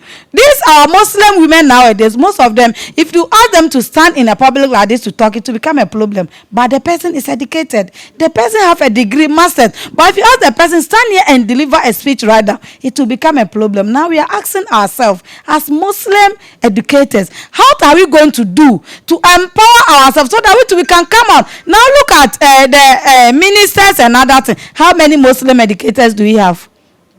When we were trying to get Muslim educators to invite for this program, the only people that thought came to the Ajah Fatih Suleiman, Dr. Rabia Tuhamaya Kari. We don't have anybody at the up there. What are we going to do? If they are not there, are we ready to take the mantle? What are we going to do to empower ourselves? Thank you very much. So thank you so much, our President, Your Excellency, Her Excellency. So with the stats of the education based on from primary to tertiary, you realize that as is going, the student or our female students are going higher, the number reduces. Globally, in the year 2000, we were having 71% of women in education. And then as times goes on, 2018, according to UNESCO, it moved to 84%. That's globally. Now let's look at our own Ghana. In the primary education sector, from 2000, it increased. 2000, it was 45% female women in education. And then in 2020, it then increased to 65%. So as they go higher in the secondary education, then 2000 it was 25%, and then in 2020 it's now 45%. At the tertiary level, we have only 30%. And what is the causes of this reduction or this dropout? We've already discussed about all this earlier on, so there's no need for us to talk much about it. And then to elaborate more about what her president just spoke about the empowerment. I think being teacher alone, looking at the economy in which we find ourselves now, being teacher alone cannot help you to go higher. You have to have side businesses to attach. And we, the Muslim women, especially, we are known of our best cook. We are best cook. So even if not you being able to cook and put it outside there to sell, you can also do those online. We have door-to-door delivering and others. You can have your flyers all over. As I am here, I'm a teacher. I saw a caterer as well. So anytime you see me in any dresses, I saw it myself. And anytime there is a catering service for my family, instead of them to use that money to go and take a caterer or something, I step in to do that. So I think it is very important for us to learn other trades. Actually, I am home economics teacher. I learned clothing and textiles, and then with food and nutrition. But currently, I am majoring in clothing and textiles as my master's. So we have to learn a lot, because sometimes you wake up and there is no money with you, and then you have something to sew. Just imagine that you sew a kaba and slate. The minimum you would take from someone should be 150 cedis. And this can buy something for you. So I think we should do that in order to empower ourselves. We shouldn't basically rely on only one thing. The salary is how much. But if you have side businesses to help you to also improve upon yourself, I think what we discussed earlier on about our men not allowing us and others, you gain more respect. Because at the end of it, or the B2 table no so also the be better ho. And then you help as well. So if the person brings out something, you also have something to add. After all, what most men are also saying is that what at all do you have to contribute apart from your marriage, cooking, and others? And then to end my presentation, I think some of us, the women, although we see the men for us to help the men, we see it to be something odd. It's not odd. To me, it is not odd. Because if you want, because if you want a man to actually respect you, you have to do that. You have to do that. So I think we should empower ourselves, get something doing, and then with that one, it can help the society as a whole. Thank you very much. Thank you. Hajia, Rahima, I'm so happy. Empowering ourselves, we need to do extra work. It's not sitting in the classroom alone. Look, when I came out as a teacher, I was fast to realize that this profession, you can't sit at one place. Yes, I was very fast. So I advised myself that since my parents even don't have money, what will I do? I started exploring myself, and I said, no, I have to do something in addition to my teaching work. So initially, I started with buying and selling. But when I started giving birth, I realized that I could not manage with the work and the selling. So I decided to rather go to school and look for another profession. So as I'm sitting here, I was trained as a teacher. I've done degree in teaching, but I went to do a professional course. That is another way you can do as an audiologist. So in 2011, when they were introducing audiology in Ghana, first I was there. You said what? Why did that? So that is how we can go for ourselves. So I went there, and now I can do anything concerning hearing tests. So I can get money out of that. But those of us who are now starting, you can start with the buying and selling, and like the online things or other skills, the sewing, the catering, and other services that even some are engaging in laundry services. They are all things that can bring you money within a short time. So let us do well to embrace that aspect of skill training in addition to our professional work. And one thing I will also add is that now our men are also tight.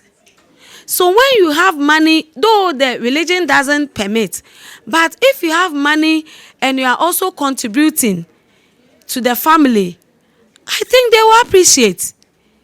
They will appreciate a lot. And they are even appreciating. Yes, they make noise. Some make noise that they won't take a woman's money because it's not acceptable. But even when you are contributing, sometimes don't let them know. You can do your own thing. Me, my children, they are in school. When they need money and they tell me, Mommy, we need this, I don't go and take money from him. I send them before I send the money before telling my husband, oh, this guy asked for money and I've sent it. Do you get me? Oh, like that, then he's happy. So let us also contribute our quota. Then the other one is about our role model and then success stories. I think we have a lot of people in the system that they can be our role models for now. Even if our empowerment hasn't gone far, there are others who are still the lawyers. They are there and they are practicing in other firms and making some headway. So we can still look at it. So let's look at some of the success stories that we also have so that it won't be like always a challenge. We have come far. We have learned a lot and we are doing a lot. So with some of our people at the top there, some of our women, can we get some role models? Can we get some success stories? Thank you, Ajia. Like our national president just mentioned, that when we are looking for women who are in the field of education at the top, the only names that came up were Dr. Rabia and Dr. Fatih, who happens not to be around. But from what we have discussed this morning to this afternoon and the caliber of people we have in the room, we have the role models. We have TV class. All of us, hello, yeah. So all of us here are role models. People have discussed their success stories. Hajia was mentioning about us looking at how to develop ourselves professionally and looking for other ventures to make money. I've done a lot in terms of looking for, small. I started producing liquid soap from a friend. I branded it, started a restaurant, standard recipe. Because I wasn't there, I started losing and I closed the business down. So I started doing my, liquid soap. And aside from all this practical, I'm a TVET person. I am in a TVET institution. And aside from being in a TVET institution, I'm taking a part-time job where I'm teaching food and nutrition in a private SS. And I am right now a TVET a teacher. Aside from that too, I've gone for a lot of workshop which I've at the end of the day gotten job from it. 2014, I participated in a workshop at Center for Distance Learning and Open Schooling. You realize that there's a program running on TV, GTV. It started during the first time. I think that is when they started that program. So I was there. There's a school. It is an open schooling in Canada, Center for Distance Learning and Open Schooling. So they came to train teachers to start developing curriculum to be teaching online. So some people were recruited, I think 2013. I was recruited in 2014. So when I got there, the lady said, no more can So quickly, I was that time doing a top-up, professional development in Winneba. I wanted a degree in education to attach to what I already have. So quickly, my boss called me. There's somebody we brought there last year. This year, the facilitators are from Canada and South Africa. I think you can do this job. Quickly, I got there. Within 2-3 weeks, I was always very consistent. Any assignment, I was doing it. I was the only Muslim there. The director would see me and would just argue me because I was very participating and contributing a lot. Do you know, the workshop, we were only going to be fed and we were also given a laptop, which we were told will be returned. I think that is what demotivated people. I was so happy having an outside connection. You shouldn't be outside the classroom. This is a practical thing. So I asked one of the facilitator, Dr. Nyongo, she said, South African. I said, this course IDT, Instructional Design and Technology. I've never heard about it. It is a curriculum for online studies.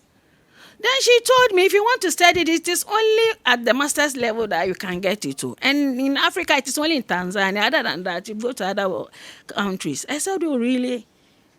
When we were done, the rest of the teachers started leaving. They couldn't continue the job. I was doing it. We were in teams, 3 people in a team. Then they said, yeah, mommy. I said, hey, my unit coming through. You want to say a dozen. When I finished, I started taking their unit and was developing the unit. Then I was sending it to South Africa, Canada. Then they will go through it. Then, do you know, eventually, I was awarded a contract to develop a curriculum for them 1 year. And I took $2,000. That year, 2014.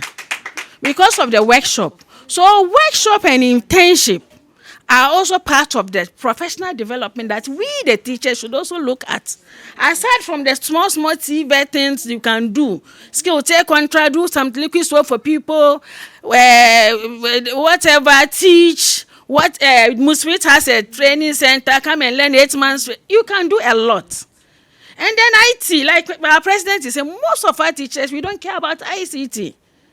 And now ICT is a thing. Oh. Everything is what is raining.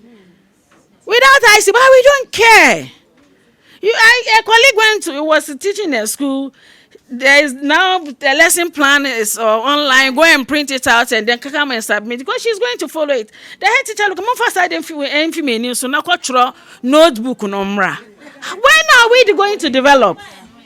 So please, whether your boss likes it or not, you go and learn your ICT somewhere. Me, I'll take my you see? so madam, that's my lesson note. No. So we can go and go on and on and on and on. As I speak, I have my small nursery school. Because that classroom you can end so.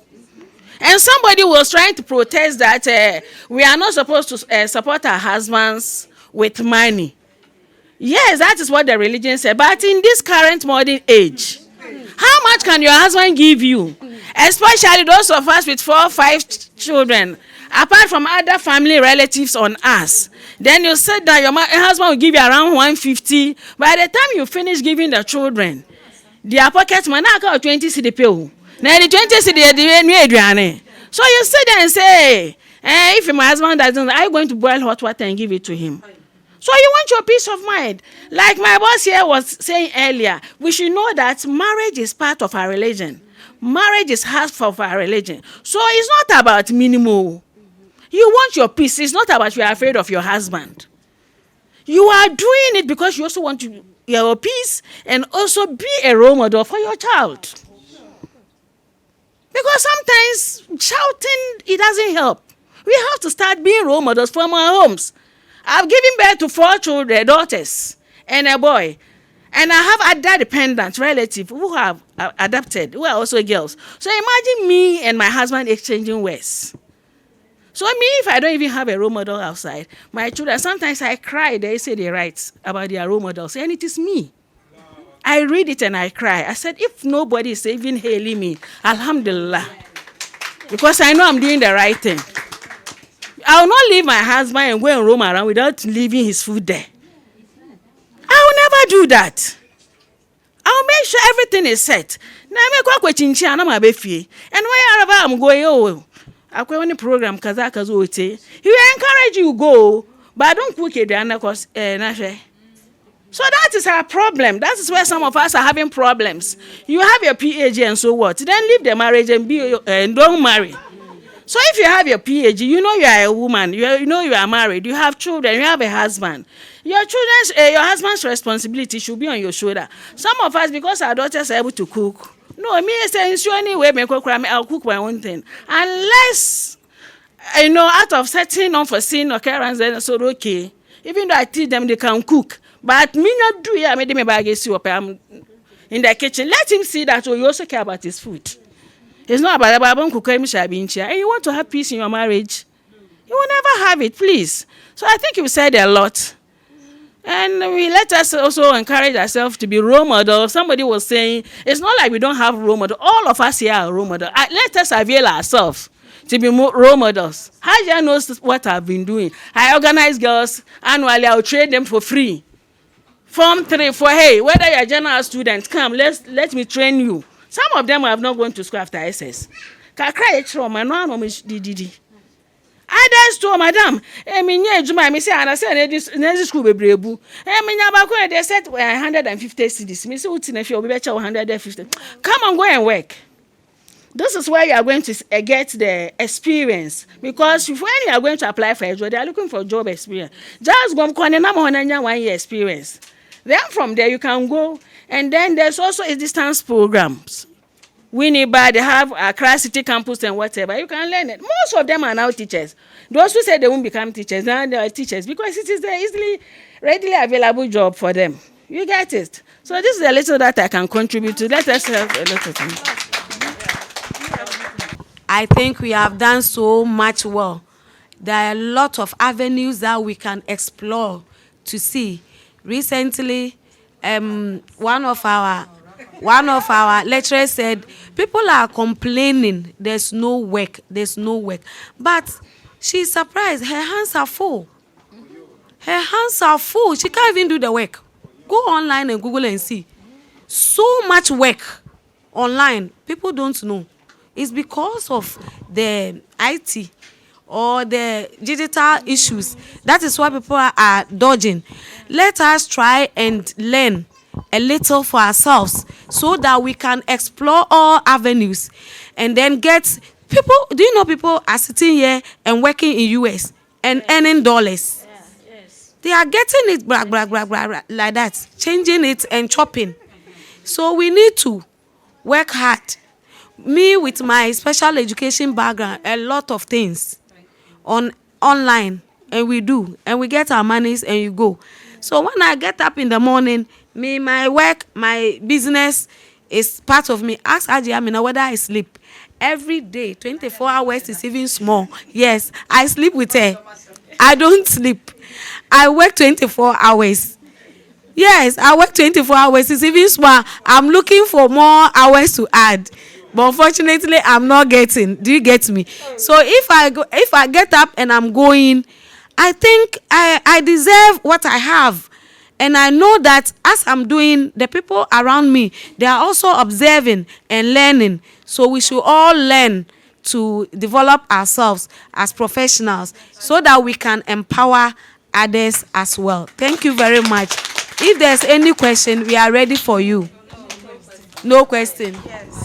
So thank you very much. We are going to end for today, and then the MC is coming in. But a little I want to add is, when we were coming for this conference, some people do pay money for conference. Am I lying? Yeah. Some people pay money for workshops. But this place, we are coming to do it for free. You are going to sleep in a room for free, food for free, and people were saying, I will not get time to come. Please, when we are there, let us learn how to do this kind of capacity buildings. Sometimes you think, how can I waste my time and travel from this place and come just to come and sit here? You don't know what you are going to gain. But what you are gaining here today, what you are going to gain tomorrow, some people pay money before they get it. But you are getting it for free. Please, let us back up. We shouldn't just remain in our homes. Let us take opportunities, as he said, online classes and other things. If you hear there's any conference, try to attend, because you don't know what you are going to gain from it. Thank you very much. The marital issues happening in the house. I think we need to tread very cautiously. You don't have to start what you can't end. You don't have to start what you can't end. That's, for example, the man really knows that you have 3 children. Plus you and him, you are 5 in the family. He knows rightly the economy that we are thriving in now. And intentionally removes maybe 100 Ghana cedis to take care of the house. You being a Muslim woman, educated one indeed, wanting peace to prevail in the house. As I said earlier on, don't start things that you can't finish. Let the person know the reality, that the amount of money that he gives for the family upkeeping, it will not reach. Sit him up, let him know. Maybe he has reasons why he is giving out that money, you don't know. But if you compromise, take it up, top it up, do whatever for peace to prevail, in future, you will call for that peace and you will not get. You will call for that peace and you will not get. And the same man who is giving you 100 cedis for 5 of you is spending outside. So please, let's put much light on what my sister is saying. I would like to differ a bit from what she has just said. Islam is telling the man to provide for the family.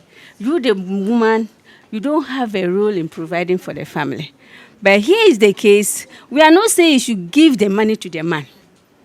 If you are sympathetic and you realize that the man has provided 150 Ghana cedis for upkeep, maybe for 1 week, and you are earning, do you need to sit the man down? As I said earlier on, he knows more than you. And the relationship between you and the man is, he knows, especially if the man is learned. Whatever you can do, support. And if a woman supports, I'm telling you, you will never be denied in this world what you want. You will get it in millions folds. So for my advice is that if you realize that intentionally what he's doing is not right, you talk 1, 2, he's not listening. You are serving Allah. Whatever you want to do for the children in particular, because there are instances where you say, I'll give him the money. No, don't go that far. It is the family you are feeding. You cook the food and he's sitting there, I'll give him to eat. Yes! And you are serving Allah and not him. I think my submission is done. Thank you very much. Asia, do you think the women don't complain about the money? They do. Some people do that years and it's been ends in fight. But most, you try and do a little interview and see. Most of them talk about it. Now I went to the markets. The prices of goods have gone high. The money you gave me was not enough. They know. And they have been saying it over and over. Some of them will not even turn an eye and blink at you. They won't even mind you. And some of them too, we know how much they are earning. And we know they cannot go beyond what they are giving. So what else can you do? Since Allah has given you the opportunity to be working and earning money, so you should also support. So bear in mind that we are married partners. You did not marry somebody to be turning money for you. The economy is hard. You are working. You are supporting your kids and yourself, or not him. Yes, it is yourself and your children are supporting, not your husband. Nobody is saying you should give him money. Yes. It's true. It's true. We are in it. The thing is, you've said it. Nobody is minding you. Hello. I'm saying that you should support, not to give the money to your husband. Me, if I'm going to support, it's my children, because I wouldn't want my children to go out. They need something. Do you want them to go and steal whilst you keep yours? You have it, you keep it. No, it's not a good thing. Give to your children. Me, I've never given my husband, even if I go out for treks and what and I come, he wouldn't even ask me how much you have earned. No, we are clearing something. Do you get me? But for your children's sake, you can give to your children. Provide it for them. And for me, my children, that make them comfortable. So make them comfortable. I don't have, yes, cameras. I don't have anything to give to a man to chop. No, it's for my children. I give it to my children. Thank you. No, I won't give you to chop. Okay. Thank you so much. Thank you so much. Today's session was great and educative and very interactive as well. Everyone contributed. And so let's acknowledge the media house here, Hafiz TV. Thank you for coming and thank you for covering this program as well. Because he did well. Okay, and to the sponsors and the organizers, we say Jazakallahu Khairan for doing a yeoman's job in this era. And may Allah bless you and bless the organization. And to the Muslim members, thank you so much. Teaching is a calling, actually. It's a calling.